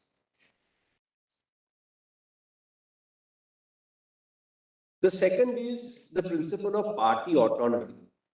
That arbitration allows parties to decide whether they will arbitrate, and if so, what is the scope of the arbitration and who will be involved in the arbitration. So it is extraordinary. It's not that it can't be done, but it's extraordinary to bring in someone who the parties have not contemplated in the agreement. The third is that there are principles which exist in other branches of the law, which would also have to be balanced. For example, the principle which our Supreme Court has recognized in the Vodafone case, that groups of companies are entitled to structure themselves in a particular manner and hierarchy in order to protect themselves from liabilities and obligations. This is an accepted principle of corporate law. And how is that to then be balanced in a given case with the group of companies doctrine? The balance has to be struck so as not to destroy either one or the other of these principles. Now, in this regard, I want to get 3 or 4 things out of the way straight away. I fully accept that doctrinal concepts or considerations can always be introduced into the Arbitration Act. the doctrine of agency, doctrine of estoppel, doctrine of a group of companies. There's no bar to introducing any of these. And it can't be argued that because sections don't expressly provide for them, they can't be. That can never be in any common law statute. That can never be the position. The second, immediately, that a party need not be restricted to a signatory. That also is I think, fairly clear. The third, that in contract law, a party can become a party to a contract, and a contract can arise by conduct. It need not be signed, or even in writing. It can be an oral contract. And lastly, that who can be made a party to an arbitration agreement will be governed by the Arbitration Act, by Part 1, as far as any India-seated arbitration, whether domestic or international commercial. And the solicitor showed us the recent American Supreme Court judgment, which says the same thing, that it's domestic law that will decide who is a party. So this is a very broad framework. And then, of course, I have reached conclusions in my submissions, which I commend to my lords. But I would first like to start with the genesis of the group of companies doctrine. Our Supreme Court, in at least 2, if not 3 judgments, has expressly said that this doctrine comes from an arbitral award. And that is the only reason I'm reading an award before my lords. Normally, one would never cite an award. But since the Supreme Court has recognized that the genesis of the doctrine is from this award, may I request my lords to see the Dow Chemicals award? The Dow Chemicals, right? I have filed a compilation which is serial number 11. My submissions are serial number 5, I'm told, in a listing for my lords. And serial number 11 is the compilation.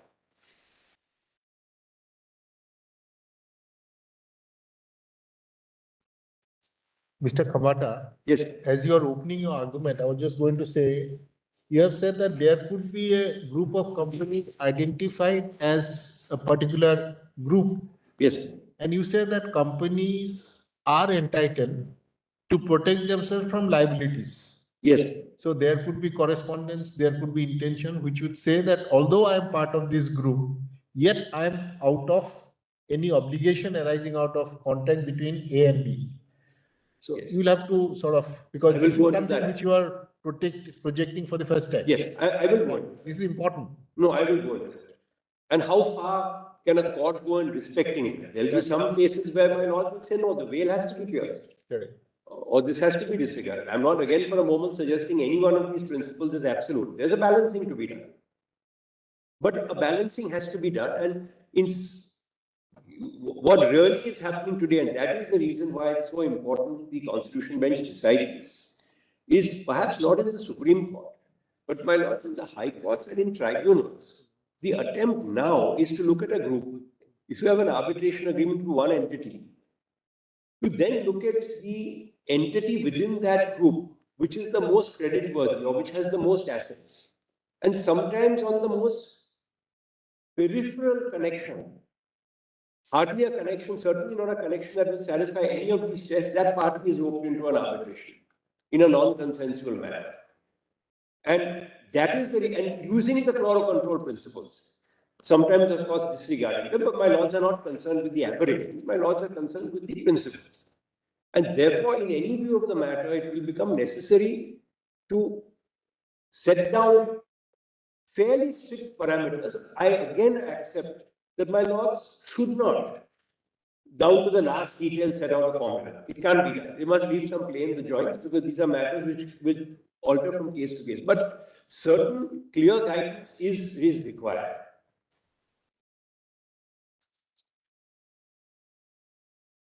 Yes. And I will of course come to Justice Roy's question when I'm conscious of that, of how that can be done. And I'll be placing the Vodafone decision before my lords, where this is expressly raised and decided.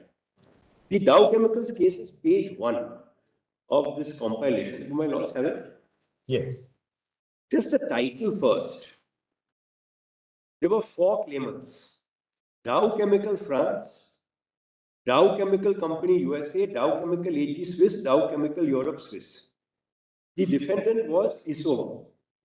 Now, the first two Dow companies, Dow Chemical France, DCF, and DCC, Dow Chemical Company USA, were not signatories to the arbitration agreement. That is the admitted position.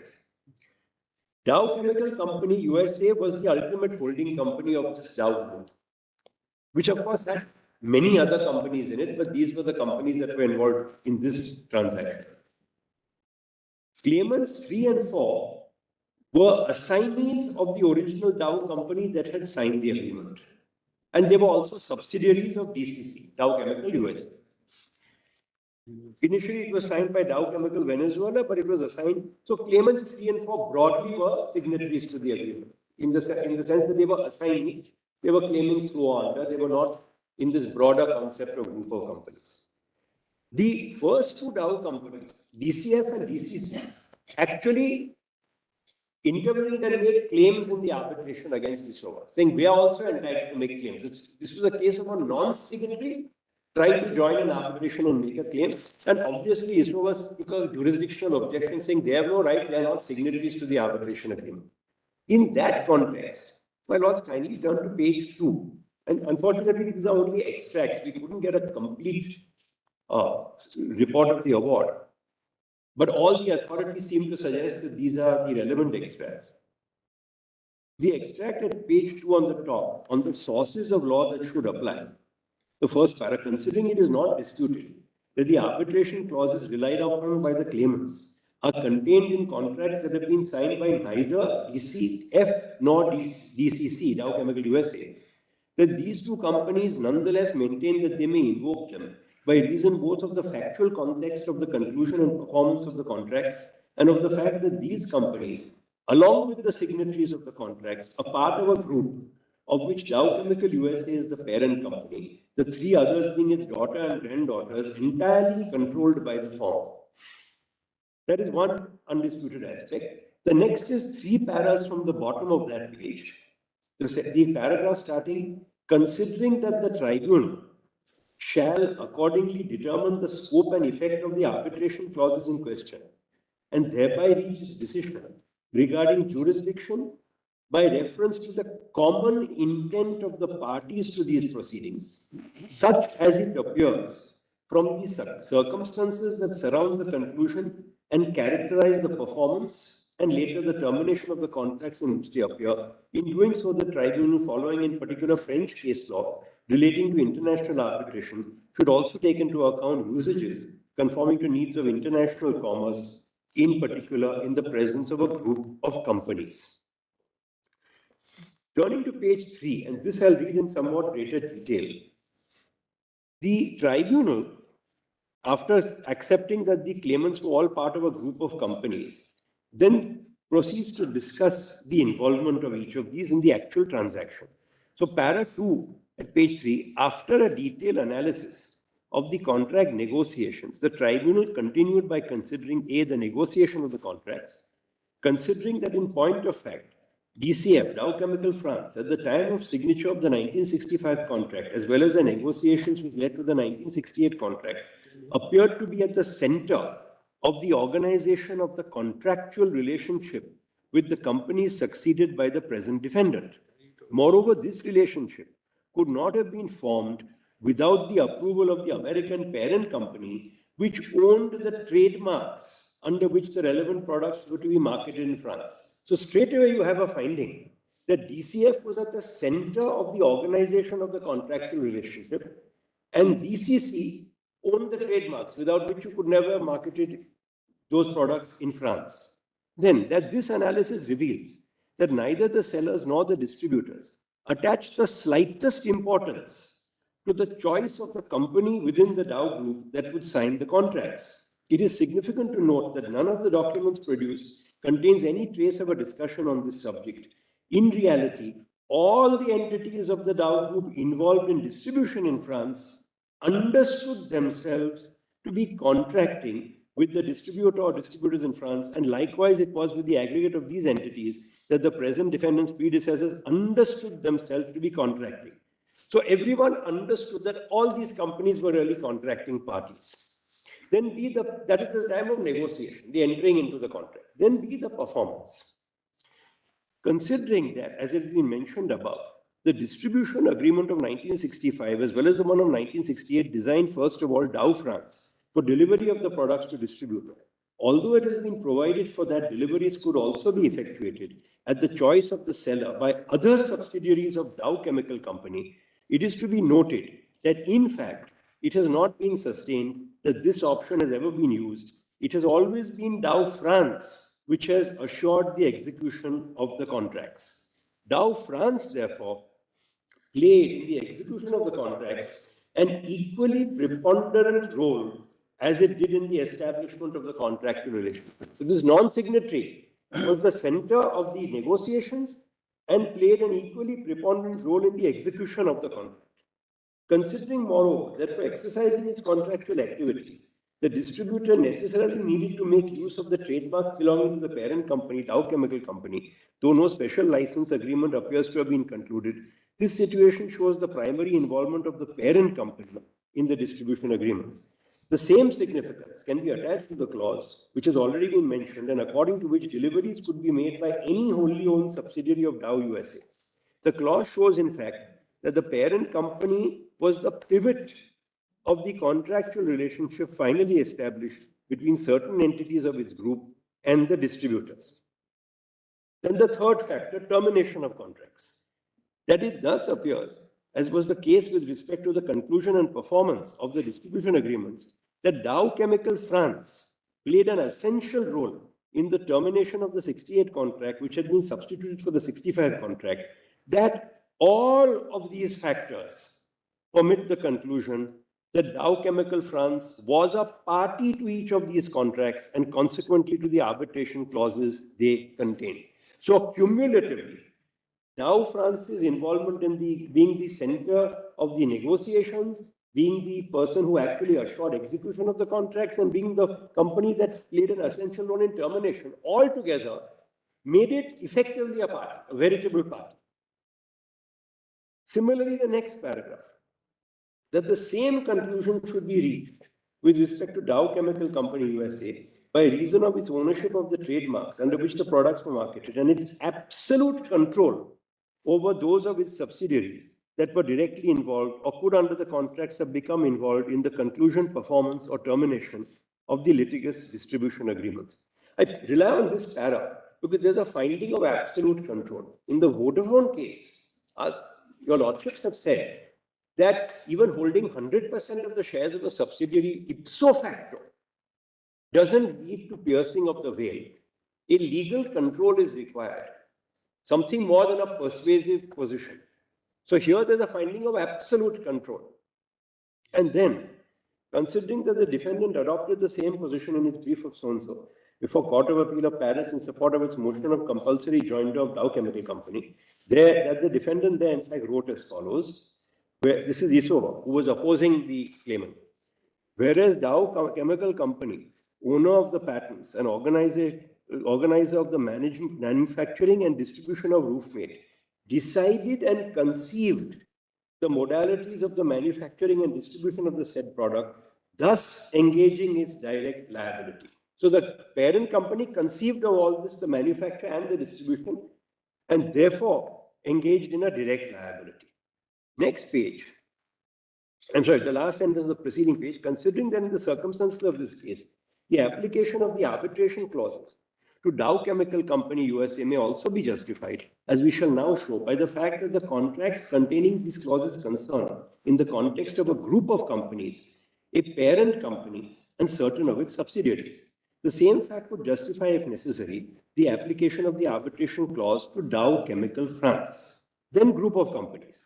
Considering that it is indisputable and is in fact not disputed that Dow Chemical Company USA has and exercises absolute control over its subsidiaries, having either signed the relevant contracts or, like Dow Chemical France, effectively and individually participated in their conclusion, performance and their termination. Considering that irrespective of distinct juridical entity of each of its members, a group of companies constitutes one and the same economic reality, of which the arbitral tribunal should take account when it rules on its own jurisdiction, subject to Article 13 of the ICC rules. Considering in particular that the arbitration clause expressly accepted by certain of the companies of the group should bind the other companies, which by virtue of their role in the conclusion, performance or termination of the contracts containing said clauses, and in accordance with the mutual intention of all parties to the proceedings, appear to have been veritable parties. This is an expression that comes from a veritable parties to these contracts, or to have been principally concerned by them and the disputes to which they may give rise. And then in the next few paras, they say that in fact, there were other awards also, where sometimes it was held that these companies in the group were bound, sometimes it was held they were not. And in one award, they noticed it was not, because there was not that level of involvement. And the last para on that same page, in so doing, the tribunal contradicts no principle nor any rule of international public policy, in particular that of the French legal system. The latter is not based on any principle, nor does it contain any rule of such a stature that would prohibit giving to an arbitration clause implicating companies that are legally distinct but form part of a group of companies the scope attributed to it by the present award. To the contrary, by taking into account, in reaching this result, the needs of international commerce to which the rules of international arbitration should be responsive, the tribunal follows the example of French case law, to which express reference was made in the report to the Prime Minister, etc. So the tribunal is very conscious that all this can be done within the matrix of the law, including French law, which govern who are going to be parties to that. Therefore, what does essentially this award do? It said parties who were not signatories, but who were centrally concerned with negotiation, performance, and termination. Parties who everyone considered were veritable parties. The non-signatories themselves considered themselves to be contracting parties. The signatories considered them to be contracting parties. They would be bound by an arbitration clause and could take advantage of it equally, both ways. Here they were trying to take advantage of it. And the signatory was saying, no, I never signed an arbitration agreement with. How can you let them come and make a claim against me? So the genesis of this doctrine is a mutual intention of all parties, signatories and non-signatories. A mutual intention of only signatories is not enough. An intention only of non-signatories is not enough. And this Honorable Court has followed these principles. I'll show that from chloro controls, etc. Now, it is therefore a theory based entirely on becoming a party to a contract, because an arbitration agreement is a contract, by mutual contractual consent. Everyone has consented by conduct. They've not written it, but by conduct and the way everyone has treated it. And then one of the parties can't back out of such a consent, which could be implied constructively from conduct. That is the limited, narrow area of this doctrine. And as a later authority points out, I just want to place that article, that it's a doctrine really that is founded on consent. In fact, the critique of this case is that the fact that it was a group of companies was just one factor. It was really consent that was the main factor. So though the theory is called group of companies doctrine, it's really based on consent and a mutual intention. And I just want to place that article because it's a very good analysis. Please treat it as my submission to your lordships, which is a Professor Hanish's article found at page 152 of the same compilation. It's written recently on 40th anniversary of the Dow Chemical Award. And I'll just point out a few passages. At page 153 of the compilation, the paragraph on the top, about halfway through that paragraph, the para starts with as to the subjective scope of the arbitration agreements, but about halfway through, rather it found that the non-signatories appeared to be true parties to the contracts. It concluded that this was the intention of the parties, both of the claimants and of the companies which were eventually succeeded by the respondent. The arbitral tribunal followed a two-step approach to determine the subjective scope of the arbitration agreements. First, it analyzed the factual circumstances underpinning the negotiation, performance, running. The first paragraph. 53, the page begins with circumstances. I'm applied. Then the next para is as to the subjective scope. Correct. So about halfway through that para, the word, a sentence starting with rather. Rather, it found that the non-signatories appeared to be the true parties to the contracts. It concluded this was the intention of the parties, both of claimants and of the companies which were eventually succeeded by the respondent. Arbitral tribunal followed a two-step approach to determine the subjective scope of the arbitration agreements. First, it analyzed the factual circumstances underpinning the negotiation, performance, and termination of the agreements. Second, it considered what bearing the circumstances that the companies belong to the same group should have in that context. Throughout both stages, the arbitral tribunal focused on the parties' intentions. While analyzing the circumstances of the case, the arbitral tribunal found that both non-signatories played an important role in the agreement's negotiation, performance, and termination. Then the one paragraph after that, starting, it was only after the arbitral tribunal reached the conclusion that the non-signatories were also parties to the agreements, that it proceeded to the analysis of the impact that the existence of a corporate group might have upon the arbitration agreements. In this regard, it is important to mention that the arbitral tribunal found that an arbitration agreement signed by certain companies should be binding on other entities of the group only where the latter seem to be true parties to the arbitration agreement by virtue of their participation in the negotiation, performance, and termination of the contract, and if this corresponds to the party's intent. It's a very important caveat. So it's not that one can just see a group. For example, the Tata Group or the Birla Group. You enter into an arbitration agreement with one company. It doesn't automatically rope in every other company. Or you can't pick and choose. It has to be a company in the same group who has been intimately concerned with all these aspects. Pivotal role is. Pivotal role. These are descriptions. Yes. I'm not, it's we can't not written sort of stone. choosing a particular Correct. word, but then we understand the. Some important role in negotiation, performance, and even in termination if that is the position. Then if we go to the next page, the section starting with no creation of a group of companies doctrine. Over the last 40 years, much has been written. Over the last 40 years, much has been written about the so-called group of companies doctrine, a theory allegedly originated from Dow Chemical case used to bind third parties to an arbitration agreement. However, no consensus has been reached as what should be understood under the group of companies doctrine. Neither its concept nor its contours are clear. An analysis of literature and case law reveals that completely opposite conclusions have been drawn from the Dow Chemical Award. On the one hand, the group of companies doctrine has been criticized and its application has been rejected by courts and arbitrators that considered the group of companies doctrine a non-consensual basis for extending the arbitration agreement to companies of the same group, irrespective of the party's intent. From this perspective, the theory would be a violation of the consensual nature of arbitration. On the other hand, some commentators take the view that consent is at the heart of the group of companies doctrine. They see in it a basis for finding implied consent based on objective patterns. In light of these conflicting views, the term group of companies doctrine is clearly ambiguous. Hence, it is not surprising that discussions regarding the existence and applicability of such theory quite often lack clarity. Not only equivocal, the group of companies doctrine is also a dispensable concept.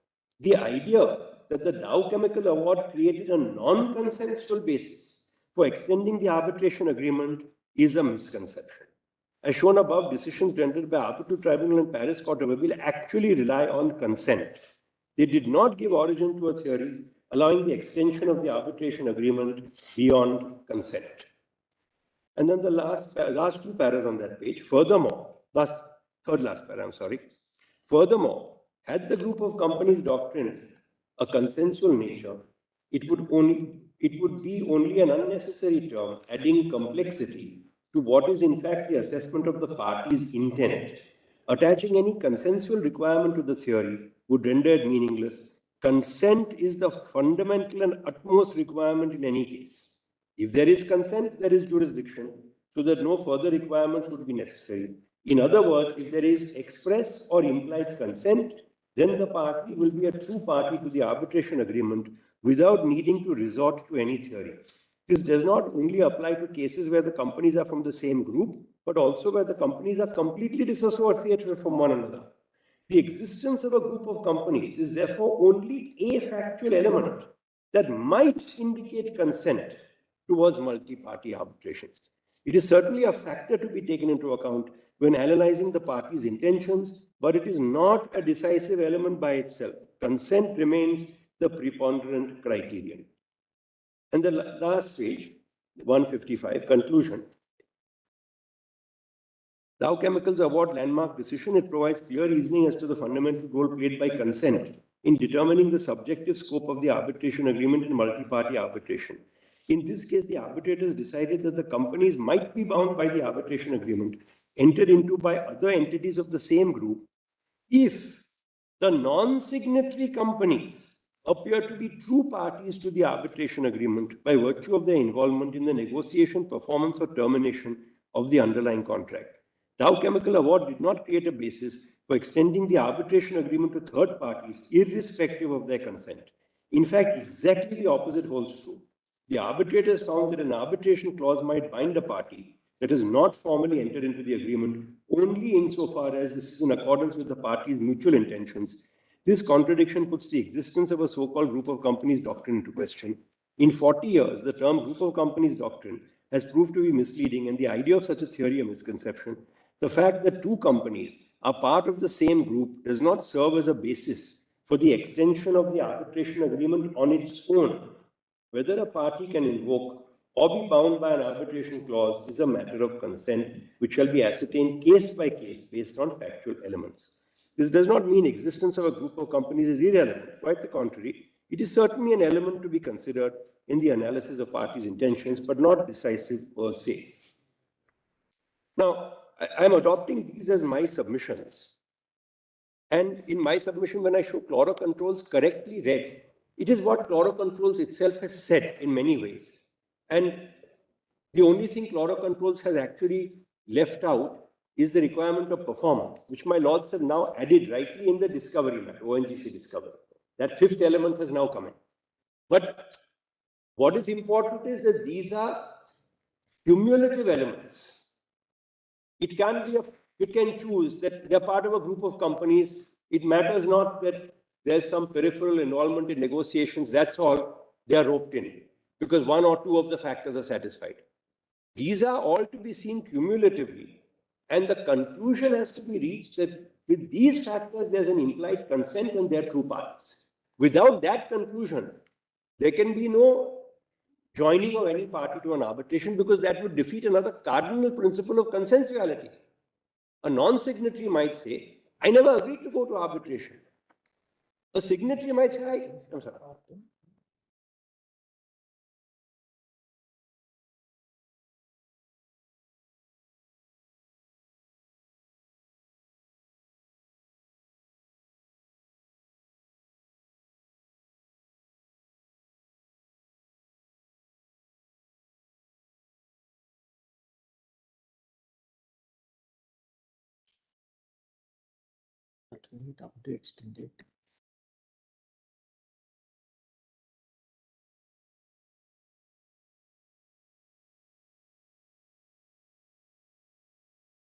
When I show the provisions of our Act becomes very critical.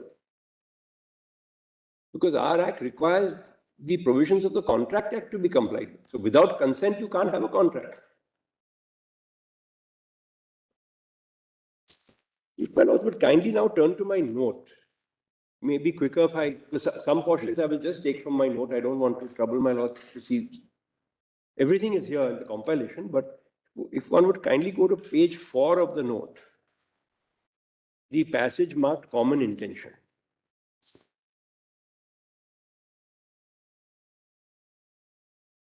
I've referred to the UK Supreme Court decision in the Dalla case. This is a case on slightly different facts because here it was a very odd case, my lords of course know, where award arbitration seated in France came for enforcement to England. England has special laws where jurisdiction is tried de novo in court. by the enforcing court with evidence being led and everything. So they held a mini trial and they held contrary to the tribunal saying, no, according to us, tribunal had no jurisdiction, we won't enforce this award here. 1 month later, the court of the seat in France affirmed the award. So it's that case. But in that case, they had occasion to comment upon what the French law was. And I'm only relying on those observations because they are relevant to our case.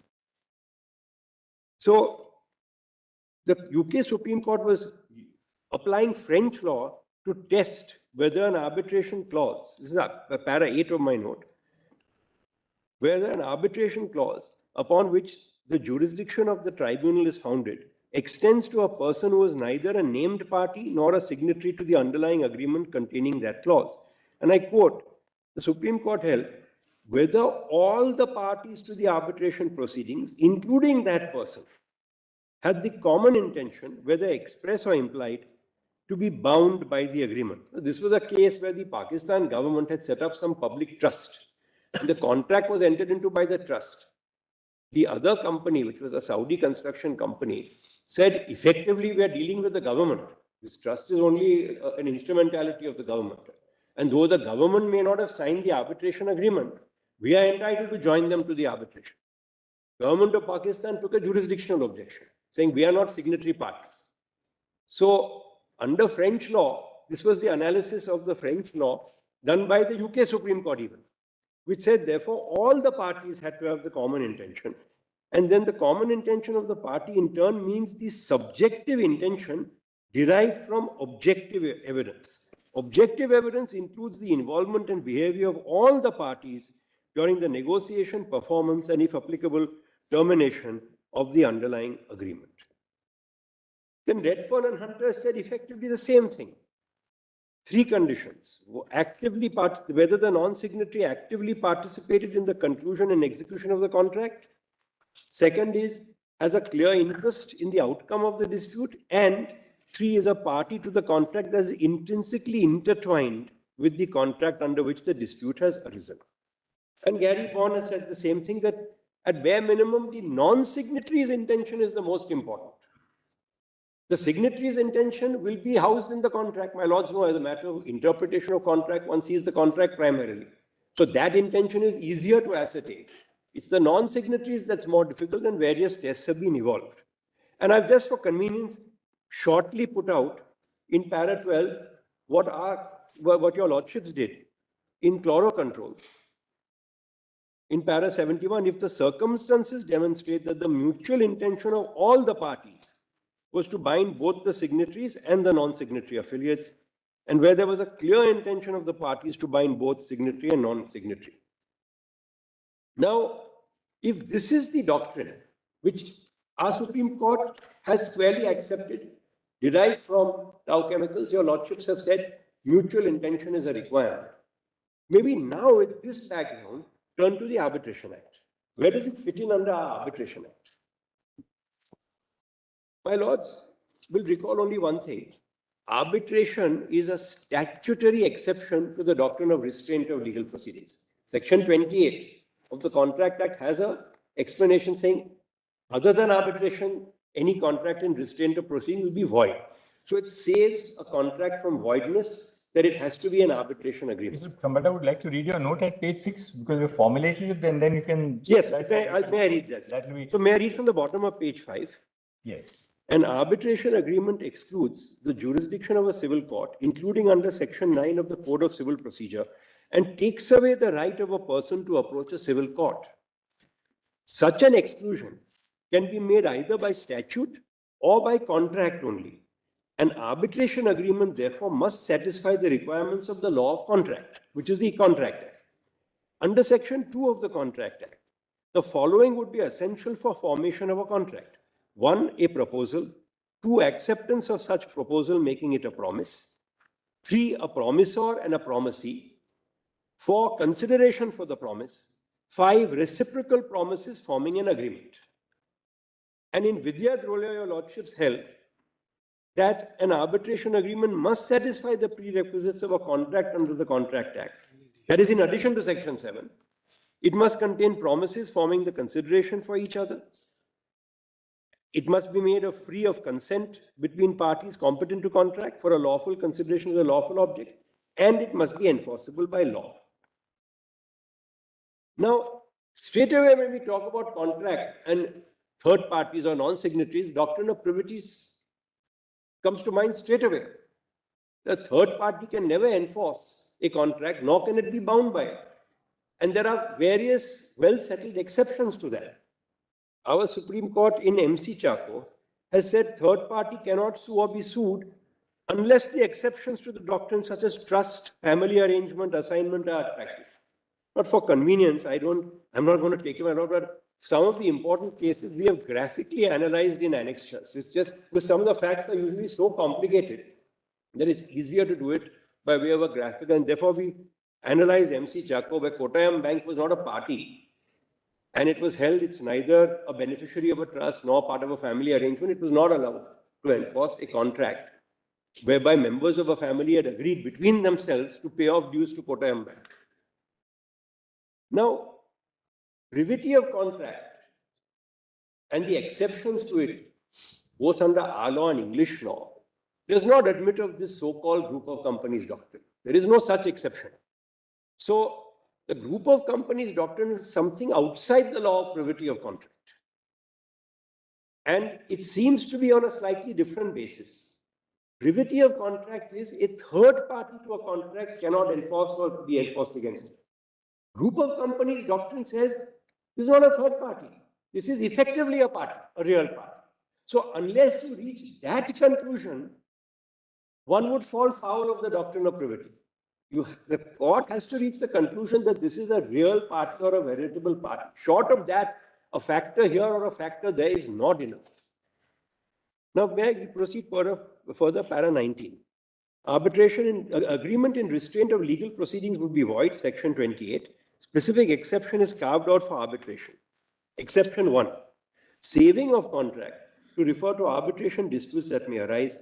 This section shall not render illegal a contract by which two or more persons agree that any dispute which may arise between them in respect of any subject or class of subjects shall be referred to arbitration, and that only the amount awarded in such arbitration shall be recoverable in respect of the disputes so referred.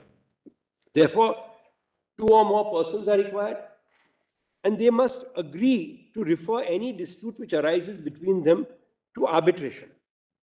So the non-signatory party must come within these two or more persons. That is to say, it must be treated as a party.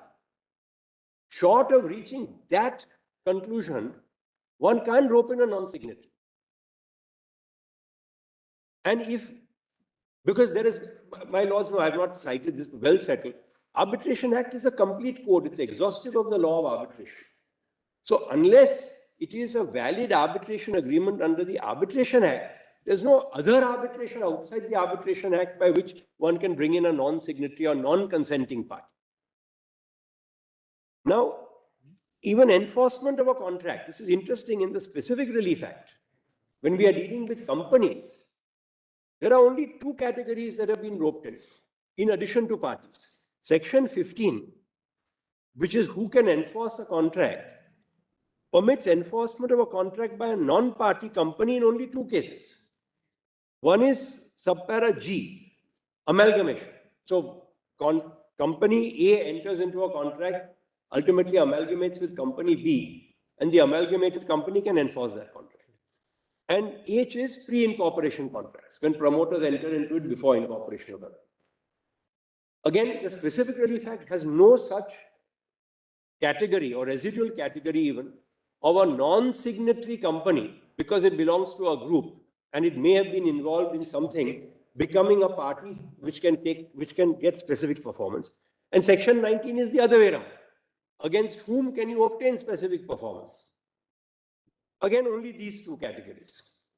So again, I point out, I'm not for one moment suggesting that the group of companies doctrine still can't be incorporated, but it has to reach the result of a conclusion by the tribunal or by the court that this person is nothing but a party.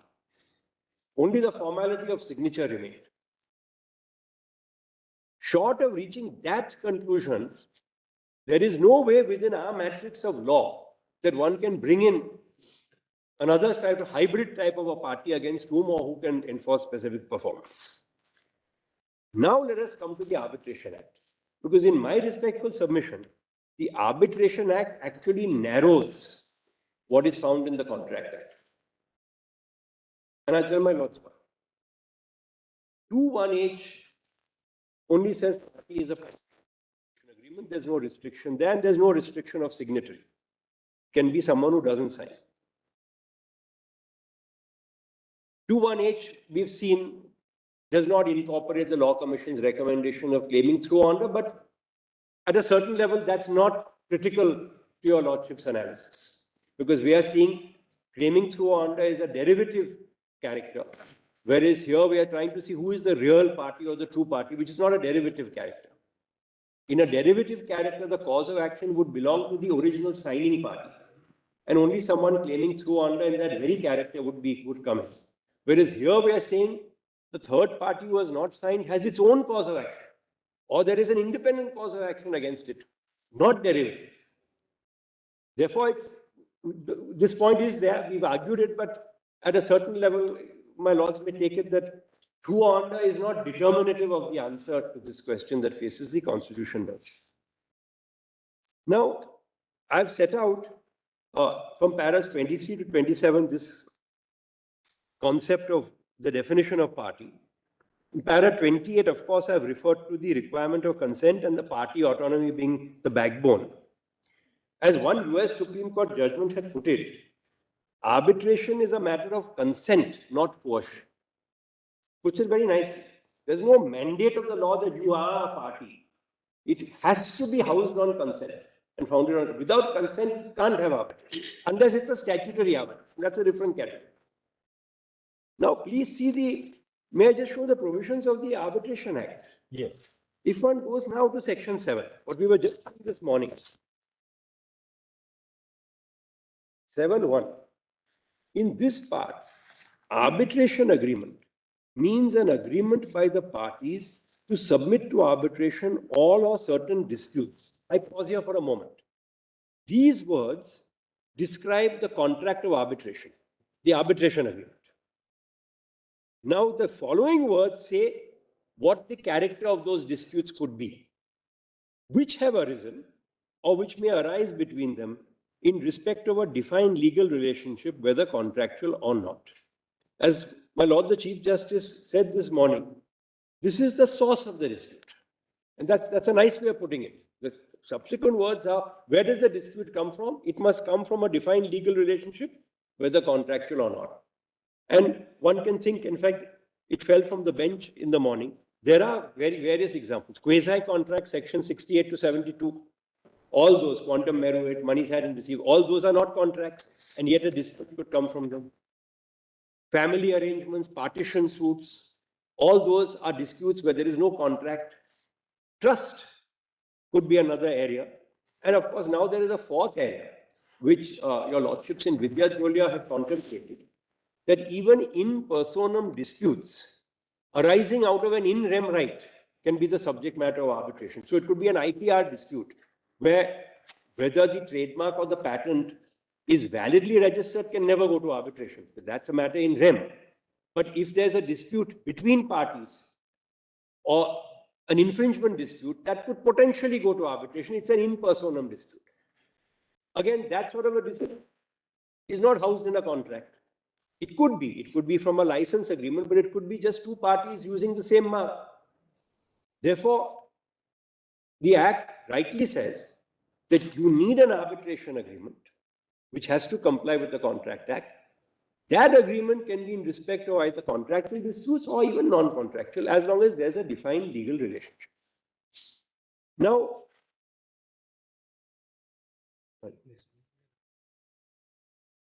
that's all right. That's all right. 7(3) says an arbitration agreement shall be in writing, and 7(4) says an arbitration agreement is in writing if it is contained in A, document signed by the parties that requires signature, B, an exchange of letters, telex, telegrams, or other means of telecommunication including communication through electronic means which provide a record of the agreement, or C, an exchange of statements of claim and defense in which the existence of the agreement is alleged by one and not denied by the other. Now, it is going to be my submission, and I hope I can make it good, that 7.4 is exhaustive of 7.3. And I'll show from the UNCITRAL model law and from other statutes why this is so. In other words, the agreement in writing has to be in one or the other of the three forms, A, B, or C. And straight away, may I say that this itself does not exclude the group of companies doctrine. Because B, for example, exchange of correspondence. It can be that a non-signatory party has exchanged that correspondence where it is effectively shown that it's a true party. But 7.4 may not be exhaustive of 7.3. 7.4 may be an illustration of 7.3 also. That is a possible argument. My lord is right. But please, if my lord sees my note. Because 7.3 says that an arbitration agreement shall be in writing. It's the norm. Correct. And 7.4 provides for instances Exactly. where an arbitration agreement is. Exactly. Of course, there's one thing which is there, which it doesn't say it shall be deemed to be in writing if. It says is in writing if. If it is contained. The word if is used. And something may turn on that. So I want to place before my lords the UNCITRAL model law. But it's not necessary for us to unduly restrict 7.4 by saying that these are the only instances where an arbitration agreement will be deemed to be in writing. I understand that. That, of course, your lordships will determine. But may I just place some material which might be of assistance to my lords in that exercise? In my compilation... I'll tell you why. Yes. This was actually worrying me in the morning. 7.4b refers to an exchange of letters, telex, telegrams, or other means of telecommunication which provide a record of the agreement, right? And C then refers to claim and defense. Now, B provides an extremely limited. A is a document which is signed. B refers to only an exchange of letters or electronic means of communication. Now, there may be other circumstances where there is no exchange of letters or an electronic communication or a physical communication between the parties. Where, for instance, I'll tell you, suppose there's a measurement book in a contract. That measurement book will not fall either in terms of a document which is signed by the parties. It will certainly not be an exchange of letters. It will not be an exchange of statement of claim or defense. So there may be other conceivable circumstances in which parties may, by writing, agree to an arbitration, which is neither a letter or exchange of correspondence, nor is an exchange of a statement of claim or defense, nor is that document signed by the parties, but which may still be in writing. I see what falls from my lord. It could be a record of agreement. But it's a record of an agreement. So long as it is a record of the agreement. That's right. That's why I told you a measurement book. Correct. So measurement book so therefore, these three instances which are prior to record of an agreement is not exhaustive. The keywords are record of agreement. Correct. What is a record of agreement? There are instances like exchange of letters, telex, telegrams, and other means of telecommunications, including through electronic mode, are instances of record of agreement, which could be. And therefore, B could be read. The absence of the word only in 4. Yes. Is again, just as you have the absence of the word signatory in 2.1H. Yes. And the absence of word only in 7.3, in 7.4. But an arbitration agreement is writing only if it is contained. Correct. Then you would have been right. But that word only is absent. Maybe obtained by seeing the UNCITRAL model, which underwent a change. I'll show both. Because our act is based on the model law, and your lordships have held repeatedly that the model law is an appropriate guide to interpretation. It can be looked at. If we just see the model law as it first was in 1985, that is page 637 of this compilation. What is the equivalent provision there? And then what is the change? I have a small doubt. Yes, sir. See, this expression, the real rubric which you are placing so much reliance on is consent, correctly? Yes. But then consent is also a little amorphous. Should it not take color from the Contract Act till it actually becomes a contract? That is, should it also definitely not constitute principles of promise? Yes. Which is, should it not have offer and acceptance? Yes, I'm obliged. I'm So obliged. therefore, one has to see under the definition of 2E, F, G, H, I, Yes. leave alone J of the Correct. Contract Act, My lord is right. where a third party becoming a part of an arbitration, it needs to be concluded by the court that there is the semblance of reciprocal promises or offers and acceptance leading to an agreement. Yes, I'm obliged. You don't need any further. I'm Leading obliged. to an agreement, and all this could be sourced from the record of agreement. I'm obliged. But may I adopt that as my submission? I put it a little inartistically. My lord is That right. must be there. Yes, It's not just saying that consent is there means consent. correct. Is what It has to be a consent consent can't amounting be to anything but a contract, consent. which is why Consent evidencing. Let us use this very expressions. Every set of promises forming the consideration yes, from each and for each other as an agreement. Promises which form part of the consideration or part of the consideration for each other are called reciprocal promises. An agreement not enforceable in law will be void. An agreement enforceable is a contract. At least offer and acceptance. Contract Act defines offers and it also defines acceptance and how it is completed. and an arbitration agreement has to first be a contract. And again, No, it may not be a consent, contract. it may or may not be a It contract. need not be a contract. So that is another doubt I have. That's 7.5. No, may I then throw a few things and I'll come back because your lordships in Vidya The Dholia. contract may not Yeah, contain an yeah. arbitration. Contract like Vidya Dholia, general observation that it's a contract, but it does not really, they have not gone into it, to be fair to the bench. The question didn't arise in Vidya Dholia as to whether Arbitration Act is confined to a contract, which is agreement enforceable by law. Maybe see 7.1 again for a moment. But that's not really a. I understand. No, I mean, these are issues that will arise. I invite such questions because this is correct.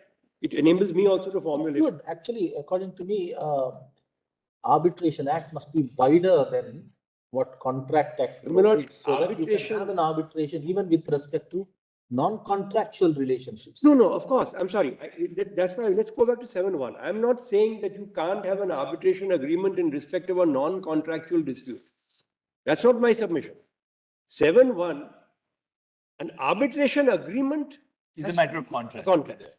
But it can be, I agree to arbitrate disputes of partition, of family matter.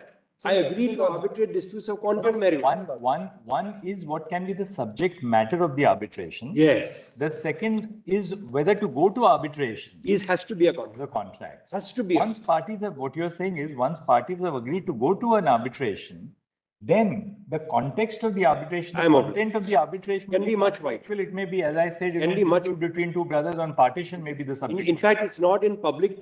It will be contrary to public policy to narrow that content. So in other, in other words, Section 7. Yes. You're saying arbitration. The heading is arbitration agreement. So you're saying it should be read as arbitration contract. Yes. And that is the basis of any arbitration. It's very well settled that arbitration is a contractual means. As I said, apart from certain statutory arbitration, which are matter of statute. The MSME Act. Correct. That can be different. I'm not saying that is overridden. In fact, the Arbitration Act itself contemplates statutory arbitration. Or in Madhya Pradesh, you have a statutory form of arbitration. Correct. For all public disputes. Correct. That's different. That's different. I'm not saying that. Of course, that works. We are talking about contractual arbitration in Part 1. And Section 7 deals with contract meaning the arbitration agreement has to be a contract, but that contract can allow arbitration of disputes not only in contractual disputes, but other disputes as well, as long as there's a defined legal relationship. So I'm not for a moment suggesting that the scope of the agreement. But really, the group of companies doctrine is an effort to locate who is a party to the Who is the contract. party? Right. And in locating who is a party to the contract, you go beyond the signatories to the contract, where Yes. the conduct of the party, which again has to be evinced in writing, having regard to the provisions of Section 7, shows that there was an intention to bind non-signatories, both by parties who are signatories to the document, as well as the third parties who are not signatories. So for example, it could be that a non-signatory has an exchange of letters, telexes, etc., recording the arbitration agreement and indicating that it impliedly that it's consenting to it. That would come within the doctrine. It would come within our Section 7. I'm not saying it wouldn't. So suppose there's a contract between A and B. Yes. And C has aliened by its conduct or whatever, indicated that I affirm this contract. Yes. I stand by this contract. Yes. And how do I stand by this contract? Either in terms of the stage of the negotiation of the contract, the performance of the contract, or the termination of the contract. In which event, C has clearly indicated that, well, it is really as much a part of the contract as A and B. I'm okay. That is my argument. So mine is really a mid path. I'm not on this side or that side. Look, someone asked me this morning, are you for group of companies or against? I said, I can't answer that question because my argument is an intermediate argument. No, but you are not saying that there is no group of companies doctrine in our law at all. I'm not saying. You accept the fact that there is a group of companies doctrine. Yes. That this is really a legitimate extension, or it is within the statutory mandate. But the contours of the doctrine have to still comply with the essentials of the with Section 7 and of course with the provisions of the Contract Act. Group of companies is one instant. One more question. One of the interveners, one of the young lawyers argued it on this side. I think Pallav Mongia, I'll just tell you who. Why confine it only to parties who are part of a group of companies then? That is in fact what Professor Hanushu's article also says. That it may not be confined to parties within a group. The group of companies doctrine is evolved in this manner. They are sourcing from these statutory.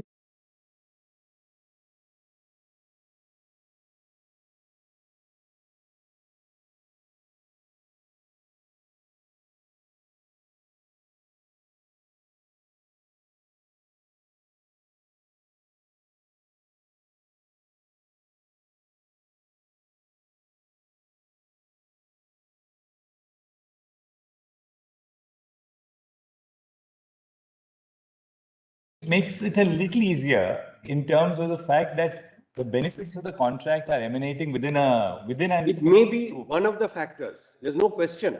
It may be one assistance to a person determining whether this is a real party or not. But take a totally different case, a back-to-back contract. Where the 2A has a contract with B who has a contract with C. So AB is back-to-back with BC. Now A and B may not be part of the same group at all. They may be totally independent companies. They would still be bound. But if one could show some correspondence where A commits to C that I am bound by your contract with B and the arbitration clause in an implied way. I'm not saying the language has to be so express. Then one could say that A is also bound by that arbitration. Irrespective of whether A and C were part of the same group, or even whether A and B were part of the same group. Yes. Yes. So it boils down to finding a contract by conduct or consent. And one of the factors which may assist along the way is it's a group of companies. Group of companies could then be just one of the factors, but here by conduct and consent. Yes.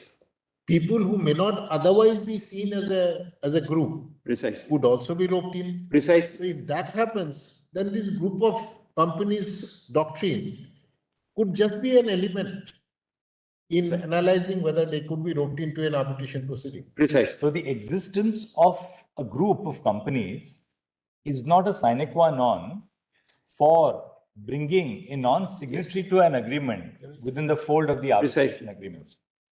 The existence of a group of companies may be an additional factor to show that because they were all part of one economic entity, the broader corporate group, for instance, therefore, say a parent stood by the contract which its subsidiary was entering into or an affiliate was entering into. That may assist the tribunal or the court. But That's not the search is for finding who is the true party. Is it a true party? It's in other words evidentiary and not normative. Precise. And that will subserve the corporate law principle that a group structure can be devised. I was just recalling this Competition Act Section 3. Yes. Talks about the definition of anti-competitive agreements. Just generally, I may be wrong, but I'm just sharing. It encapsulates the concept of what are anti-competitive agreements. Having said that, it gives 5 instances, which are actually cases where bid rigging, collusive rigging, and so on. So those are actually per se cases. If there is a case of bid rigging, automatically it will become. That's right. Like in this case, a group of companies and certain other instances will automatically be, but it has to be actually sourced to the definition of the statute to see if those conditions are satisfied or not. Yes. The problem for why I'm raising this is, what is happening is groups of companies, you may have even a common promoter. I'll come to that later. What is happening is we have a group of 2 companies with a common promoter. One has entered into the agreement. The other is not a signatory. There are no obligations under the agreement, nothing. And they said, no, it's the same promoter. And therefore, it must be party to an arbitration. And with all the consequences. And in listed entities are being dragged in. In fact, I'm appearing in a matter where it's a listed entity. It's dragged in on this ground. Therefore, there is need for some indication of what this concept means. This concept means, again, we will have to be very, very clear about this. Consent. Consent. So then one has to pronounce the contours of a consent. Yes. So do we go back to the definition of Contract Act and then? Yes, my lord. I would think that is necessary because. Yeah, we will have to go there. In every case, do we have to see which is the offer, which is the acceptance? One would What have is the consideration? One would have to. Consideration is slightly different. As my lord knows, under our act, it can move from a third party also. From the promisee or any other person, 2(1)(d) of the Contract Act. So to that extent, it's not such a strict that there should have been consideration. But that test has to be applied. Question is, for example, a non-signatory member of the group. What is the promise it has made? It has to be seen. It's not a promisor. It's not a promisee. How does it get drawn into a contract of arbitration?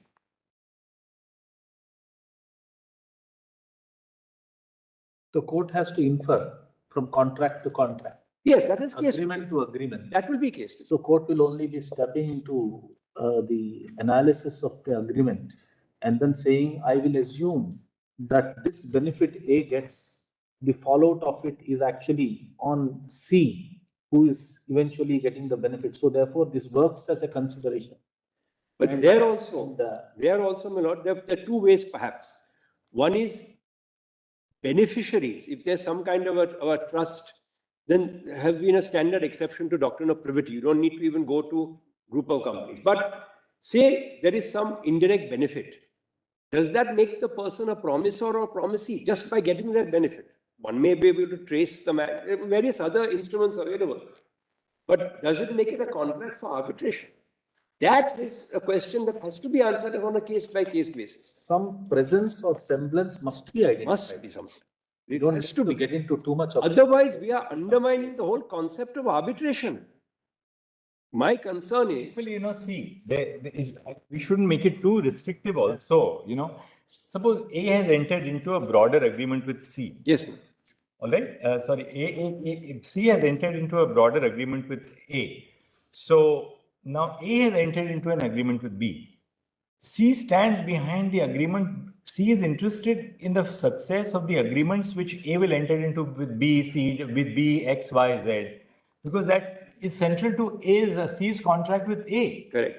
Now, if C enters into the contract with A, conscious of the fact that the business venture between C and A is dependent in turn on the success of the venture between A and other third parties, and conscious of that, C holds out a representation that, look, I am there.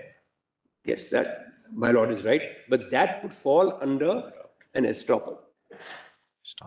A benefit estoppel, which is a different concept.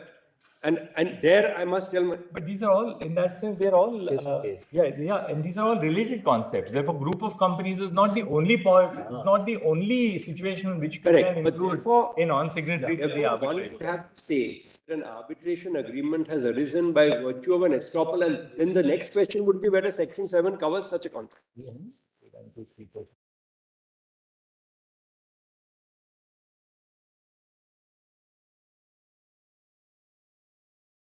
One may be able to sue the person on the grounds of estoppel. That you made this representation, I entered into this contract, I have suffered loss. Therefore, Mr. Tushar Mehta had sort of A, B, C, D, E, F.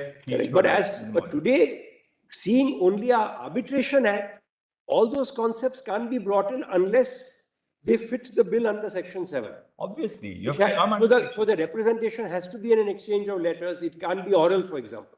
No, the It can't be oral. The question is to identify the principles for fitting the bill, because when we lay down the law, it should be, there must be some amount of certainty. So Yes. what is that minimum content that we The have? minimum content is that Describe is what is important. there must be a contract in law which is entered into by the non-signatory by virtue of his conduct. But that contract to enter into arbitration has to be established. And the arbitration agreement can be housed in a document to which it is not a signatory, because there is a record of the arbitration agreement. So simple case, A and B have a signed arbitration agreement. C can say in an exchange of letters that since I'm completely involved in the performance, etc., I accept that this is how our disputes will be resolved. I think easier way to define it. It need not sign. It could be a non-signatory party stated. You can say 7.3 really is the norm, that it is. But before that, may I just show one thing? And 7.4 is the evidentiary burden that you have to display. Yes, but please see the UNCITRAL model. When it is deemed to be. That throws a lot of light on how to read 7.3. Please just see the UNCITRAL model law at page 637 of the compilation, just for a moment. So that may assist your lordships in how to interpret this.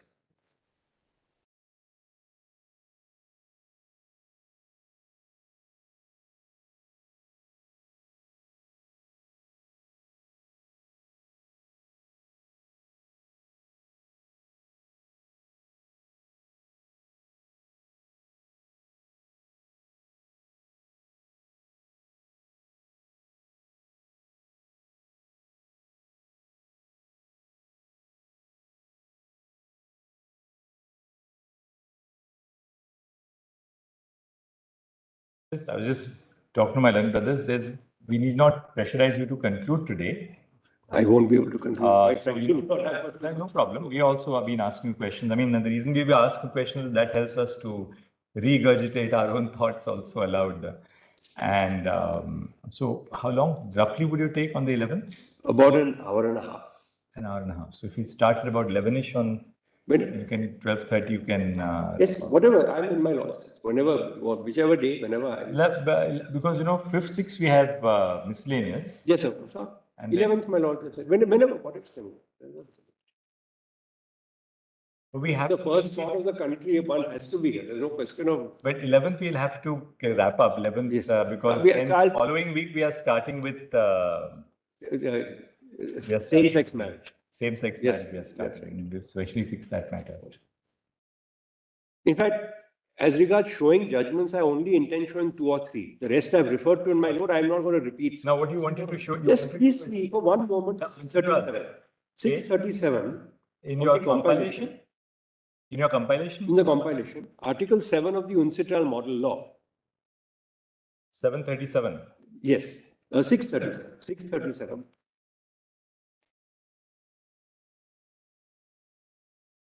And if we see Article 7, 7.1 is really similar to our 7.1, but 7.2 houses both our 7.3 and our 7.4 in one. It says the arbitration agreement shall be in writing.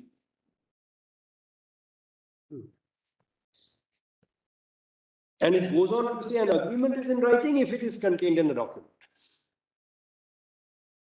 Now, please see the amendment that was made to this in 2006, which we have not incorporated in our Act. And that, my lords, will find at page, same compilation, page 641. That is the amendment of? Of the UNCITRAL model law, which was amended in the year 2006, but we still follow the old definition.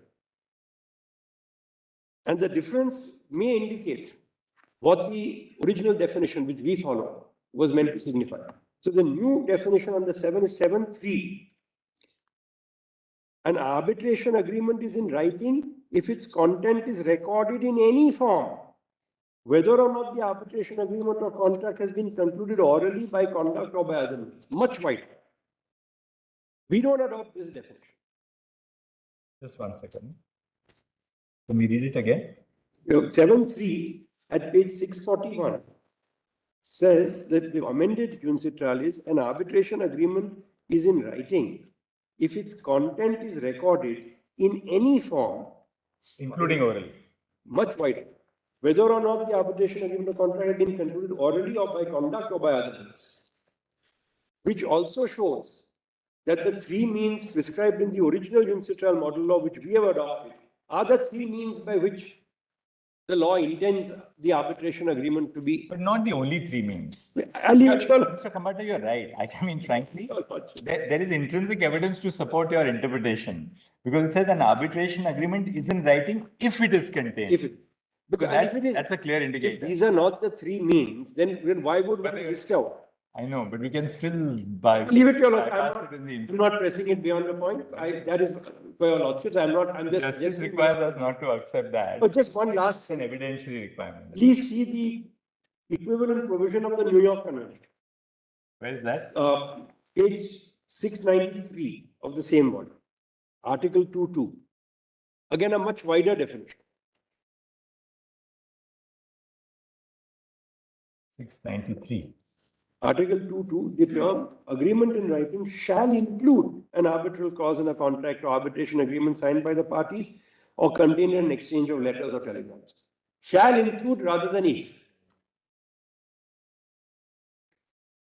Article 3.3, is it? Bottom. 2.3. 2.2. I'm sorry, 2.2. 2.3.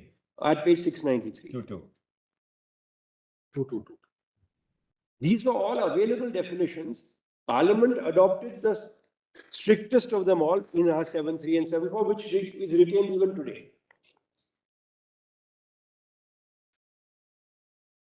And your lordships have also held, or such, I can't say held, in all fairness, it has been suggested in your lordship's judgment in both discovery and Charan. I'll place those, not specifically decided. I'll be very careful. I cannot go so far as to say your lordships have decided this. Your lordships have not. But that is the suggestion that 7.3 is colored by 7.4. As my lord said, that's the evidence by which you prove 7.3. One other way of looking at it is that 7.1 is actually defining the relationship in terms of defined legal relationship. Yes. 7.1, defined legal relationship. As long as through the documents and what is specified under B, 4B, through the record of agreement, it could be shown that there has come into existence a defined legal relationship.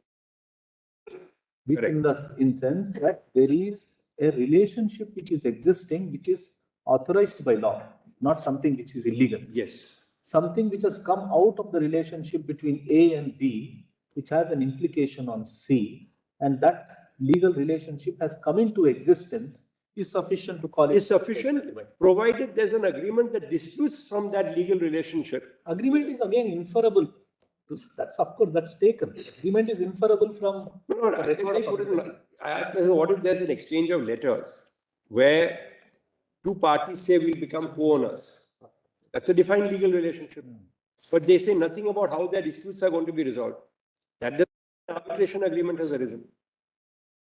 There still has to be some agreement as to the arbitration agreement. Yes. Okay.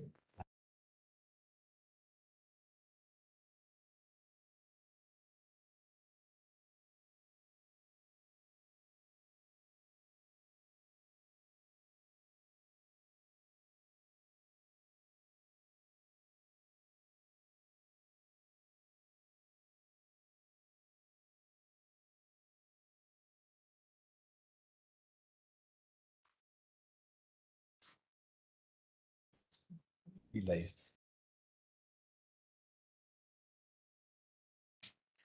In Dow Chemical, they were meant, you just described the claimants, Dow USA, Dow France, and the Venezuela, and I think the Swiss company. But somehow I found that very interesting. They are part of a group of which Dow Chemical USA is the parent company. The three others are the daughters and granddaughters. So expecting that the grandfather would stand by or should stand by. And in that case, the grandfather should also be liable for the. And the grandfather had all the trademarks. Without those trademarks, it could never have been performed. That's right. My lord is right. So we'll continue on the 11th. I'm grateful to my lord. After Mr. Diwan will I would address your lordship. and then we'll hear. Whoever's there, start.